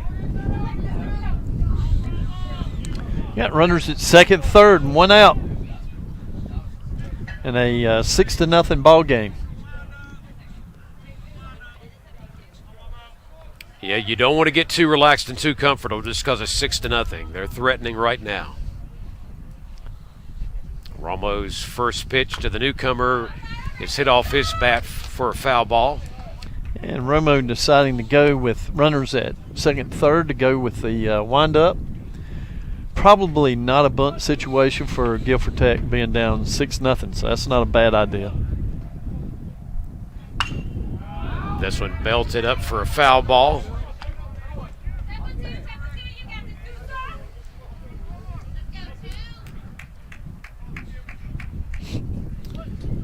Situations sometimes will dictate whether he's in the windup or the stretch. With this lead, probably the windup. Again, another ball knocked out of play. He's connecting his Tusse over and over again. It's foul balls. And for the newcomer on the mound, Romo, he needs to take advantage of putting him away. One more strike. This one is low off the ground, and our catcher, Di Verona, will make sure that ball doesn't get past him. Remember, there is a man on third base right now. Yes, this is a big pitch. It's going to be a big out. We've got one out in the inning, runners at second and third. This would be a big out for Romo. How about that one? Whew. Not going to make it in as a strike according to the ump. Another ball. Ooh. Ooh. That's all I can say, I got to get you calmed down over there. I always like to err on the side of the pitcher. Romo lets this one go. And it is belted, and they are going to bring in not only one, but I believe a second run as well. It's safe on the double. Yep. So a big double play. 2-run score. And here at the top of the 6th inning, some life is coming out of Guilford Tech as they have made this lead now 6-2, and we're getting ready to have a little meeting on the mound. We got to keep it under control if you're the Yetis, with, of course, Romo just coming in this inning as the new pitcher. Yeah, I'm sure the coach is just going out and talking with him. Hey, you still got a 4-run lead. We got an out. We do have a runner at second. Let's just throw strikes, keep the ball down, put it in play. Yeah.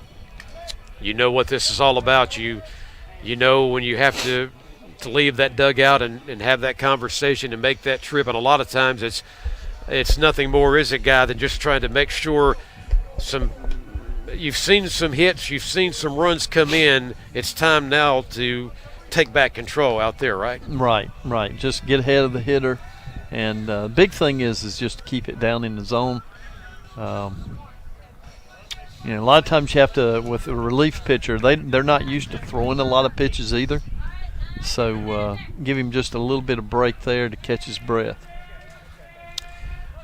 Jeffrey Davis, the left fielder, is up to bat now for the Titans. And remember, they now have 2 runs in, and they have a man on second base after the double that we saw just moments ago. He lets this one fly, and let's see where this one's going to go. Is it? Did it Foul end ball. up? Wow, almost a home run, but instead it went off to the left side, and as Guy caught that look from our great camera view from Randy Evans, it was a foul ball. It sure was. It wasn't by much, but it was a foul ball, and he certainly gave that a ride. He's got to get the ball down. My, that would have been something. Instead, it's still 6-2. Romo's next pitch swung on and foul ball back behind everybody.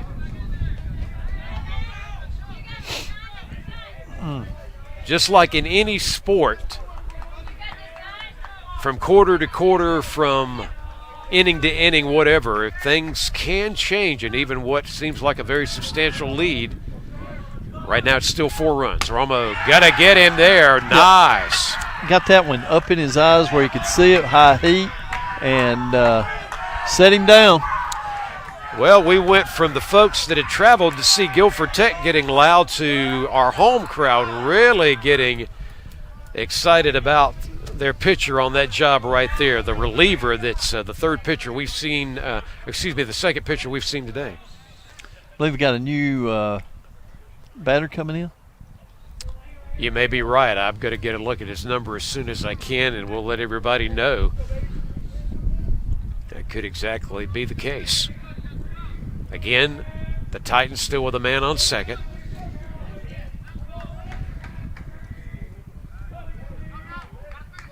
Well, let's see, is that 23? It is 23, so, yep, we called his name out in our first game today. Hackham, and he's going to belt this one, and he is going to make his way to first base. The ball is going back behind the outfielder. He's going to be able to go to second, and we have got also another run in as well. So we now see this score go to 6-3. The Yetis still on top. Still got 2 outs. That was a good piece of hitting. He pinched in. He did exactly what he was instructed to do, come in and drive in a run.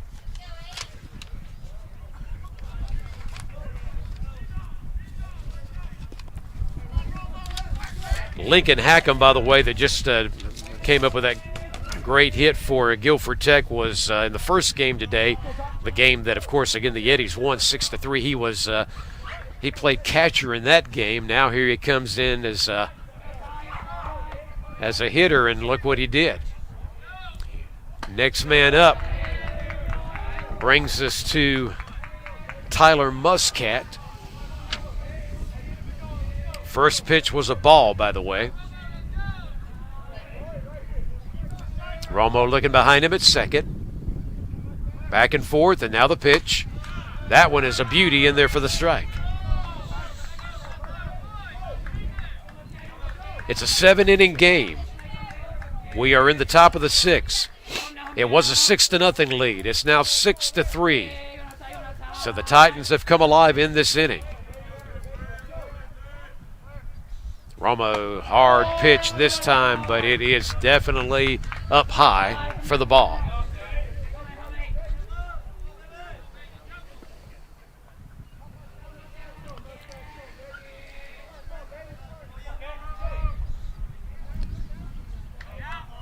Man way off of second at the moment. Go ahead with the throw, he does, and he's got a strike there.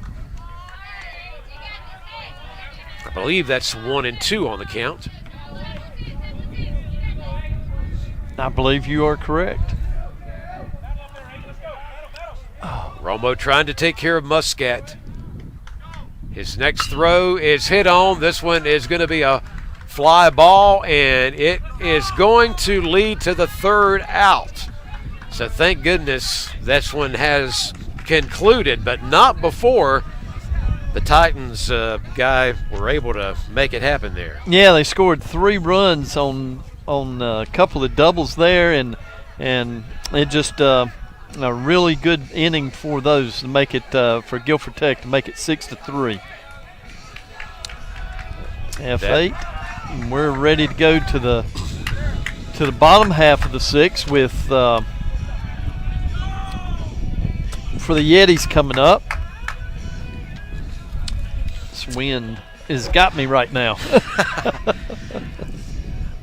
It's been a good game. We've enjoyed seeing the Yetis get out to the big lead, and now that lead's been cut in half, but hopefully they can still go on to the victory. But we got a little bit of baseball still to play. A reminder again about Cleveland Community College. Hey, it'll be the best money you've ever spent if you decide, if you're, say, 25, 35, even 45 years old, and you decided this is the time I need to come back to school, I need to go in a new direction, I need to add some education, it might help take me up the next step in my current career path. All of that's available to you. It'll be the best money that you ever but never spend, because you can actually contact Cleveland Community College Financial Aid Department and learn about some of the financial aids and benefits that are out there. So we hope you'll do so. That number is 704-669-4028. 704-669-4028 to learn about financial aids and reasons to come on and get your education going again with Cleveland Community College. It's been a great day of baseball, the doubleheader, alumni weekend. We've seen so many back that say that they remember their days here and what it meant at Cleveland Community College. And the alumni weekend means that it continues into Sunday as well. The third game of the triple header will be on Sunday afternoon. If you can't make it, by the way, tune into YouTube, watch the rebroadcast. Some of those games are being rebroadcasted as well on C19 TV. But, Guy, if you're the Yetis, your lead's been cut in half. You want to be careful the rest of the way. Yeah, it would not hurt to get these runs back. Just a couple of more just for insurance right now. It's 6-0, then came 6-3. If they could chip in a couple right here just to widen that lead back out. De Verona? Yep, you're exactly right. Our catcher's in there, and so also in there where it needed to be was in the strike zone for the first strike from Macon, who's on the mound now. De Verona goes after this one, 2 strikes. He's done a great job catching today. And had a lot of balls in the dirt and has done a really good, solid defensive job. And that will be the third strike. One attempted by De Verona when he swung on it, the other both right in the zone. So a good job of pitching there for the first out. That'll take us to the next man up, who is Jack McKinney. Jack McKinney had a strikeout in the second inning, but he had a big base hit in the fourth to keep that inning alive. A lot of folks from the dugout to the stands are clapping and cheering right now, trying to get behind and motivate McKinney up at bat. Macon's pitch is a strike, the first one there. He leads him off with a high curveball, and most people would not swing at that either.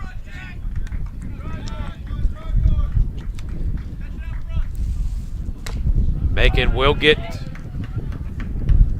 McKinney to go after that one. They got 2 strikes on Jack McKinney right now. 1 out. It is the bottom of the 6th. And however this inning ends up for the Yetis, they're still going to have the 3-run lead, and that will take us to the 7th. And with this being a 7-inning game, we just need to hold them 3 outs in the top. That's exactly what I was getting ready to say, Guy, because I was reminding myself as well, we're not going 9, going 7 in this one. McKinney did strike out there, but the news is the pressure is certainly going to be on the Titans. They have to, if it's 3 or more runs, that's what they'll have to do in order to keep this game going. This one's popped up and out of play this time by Kel Sneathan, who is back out there at bat. Yes, and has put the ball in play every at bat today, which is what you want out of your leadoff hitter. Macon's next pitch. You can see that one was going to be high up around the helmet of Sneathan as well for the ball.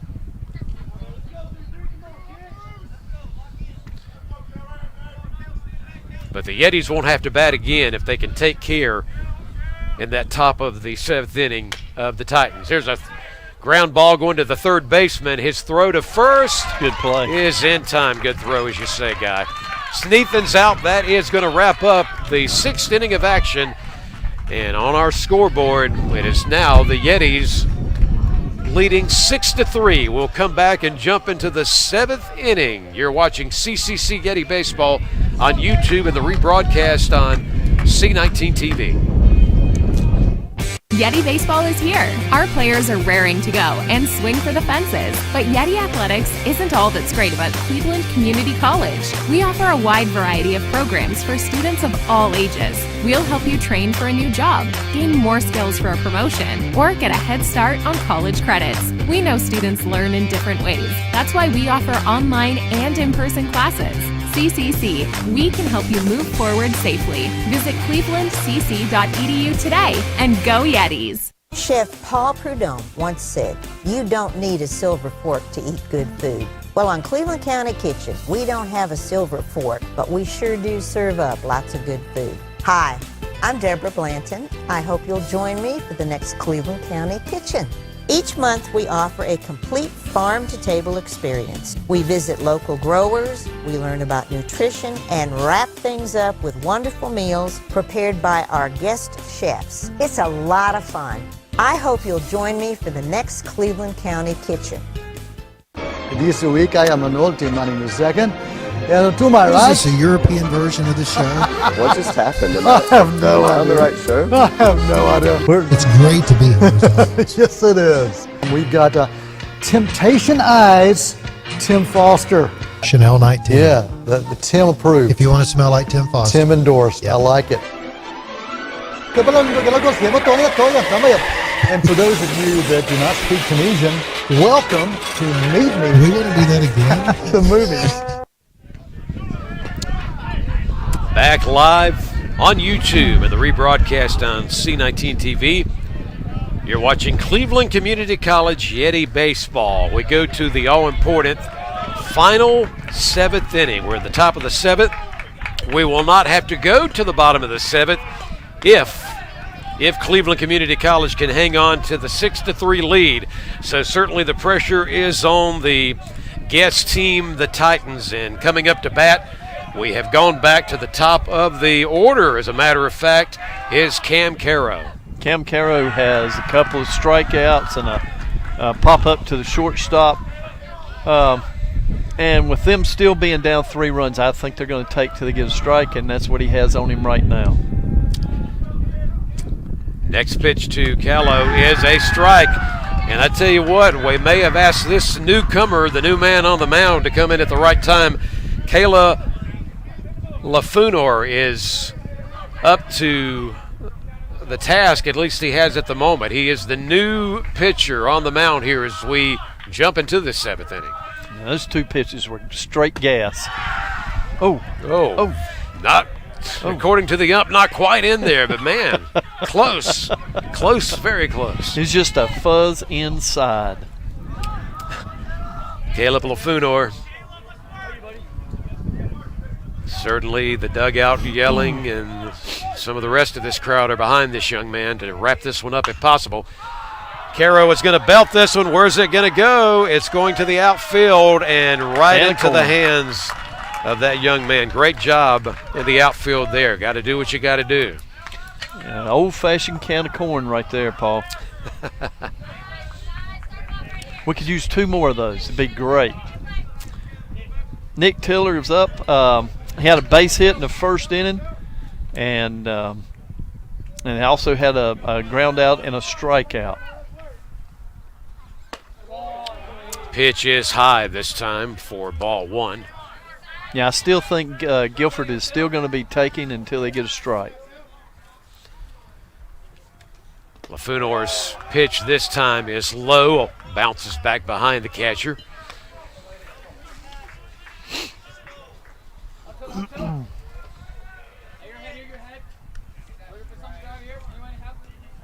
Two balls now.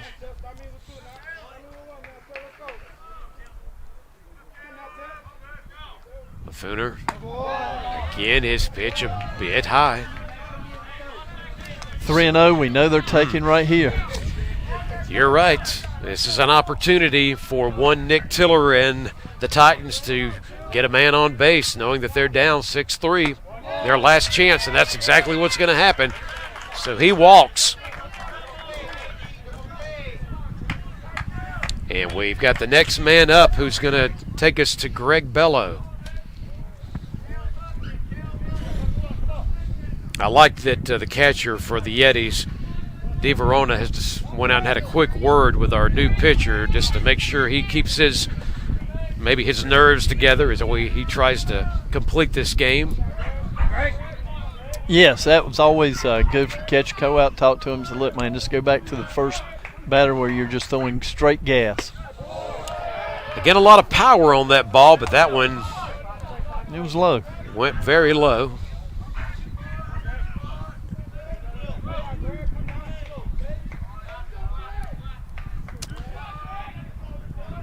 So we got a ball there. Remember, man on first. Good pitch, but he's outside. Yep, pitch is outside. 2 balls now. 6 straight. Paul, we gotta tighten him down right here. Bello awaiting the pitch. Again, he goes a bit high there. And now, just like what we saw a moment ago where a guy, the batter before was able to walk to first where he is now, this is the opportunity as well for Bello here, guy with 3 balls and nothing else. Yeah, they're not going to swing a bat until they get strike on them. And he goes low here, so, oh my. The Titans have got now men on first and on second. And 1 out. And the pitcher coach is going to come out and have a little conversation with him.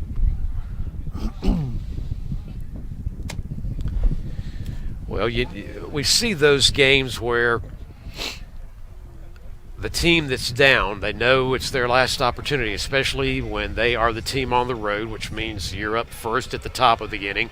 This is exactly what the Titans are facing. They know they were down earlier in this game 6-0. A little while ago, we saw some good hits and runs for them, and they cut it in half. So this gives them some motivation after their first batter up struck out.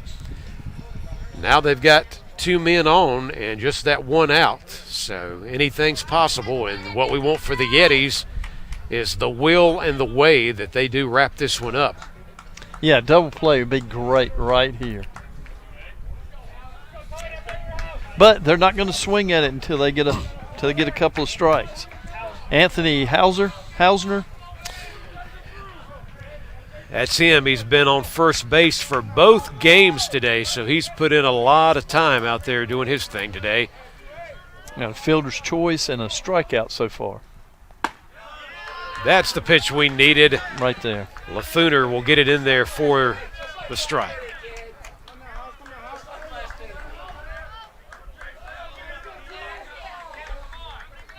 He's another one of those products out of A.C. Reynolds High School, by the way, in Fletcher, North Carolina, right outside Asheville.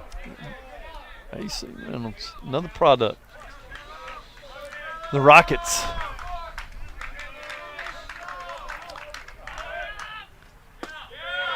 Another strike, yes. That's getting our home crowd excited. 2 outs are needed to complete this win in both games of the doubleheader today for the Yetis. But there is the threat out there as the Titans have not gone away with men on first and second right now. Lafooner's next pitch will go high. That's okay. That's okay. We'll take a 0-2 pitch out of the zone, see if he would chase. And we're going to bear down and come back into the zone.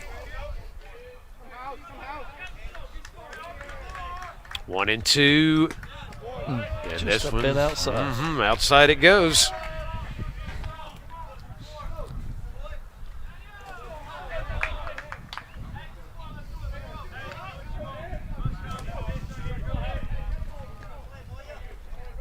Lafooner looking down. The batter. How about this one up? Oh, my. Oh. Okay. All right. check swing there, but he held up, and we got a full count. Yes, we do. Here's a huge pitch coming up here. And remember, if Halsner gets on first, the bases are loaded. And he will. That pitch is out of the strike zone according to the umpire. And they have the bases loaded in a 6-3 game, top of the 7th, which is our final inning in Game 2 of the doubleheader. They know what they have to do, the opponents. They must at least get a tie game to keep this one going. Of course, with the situation right now, could they even find a way to take the lead? We hope not, but right now it remains 6-3 the Yetis. And Jaden James in for Guilford Tech. First pitch to James is a strike. Jaden scored a run in the top of the 6th.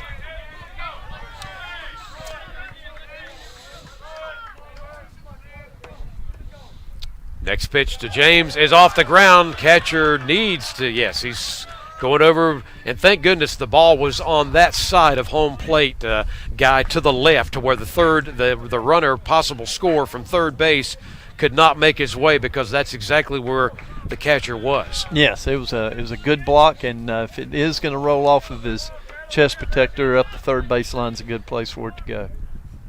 Hard pitch that time, swung on and knocked back out of play.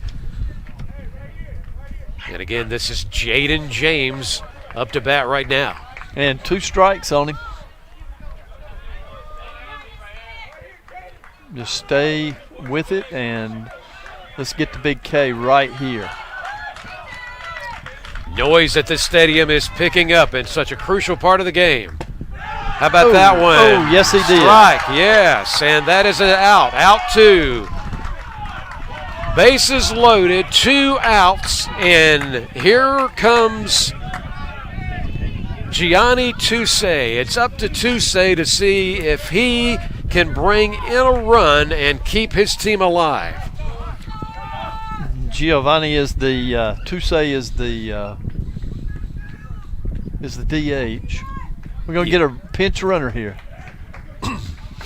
You're exactly right, and that is going to be Dexter Hart, number 1, who will replace Halsner.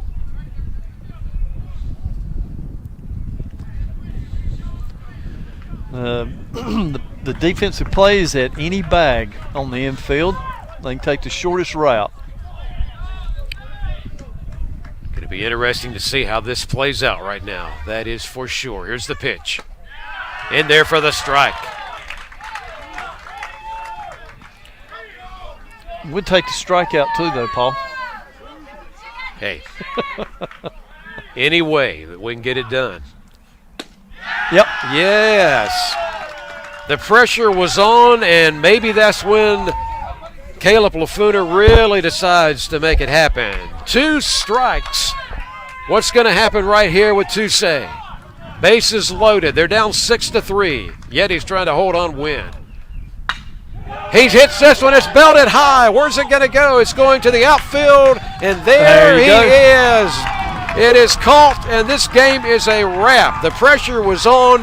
The bases were loaded, but hey, the mighty Yeti has stood, and they win the doubleheader both games today as they get this one done in the same fashion as the first one. Both games were 6-3 victories.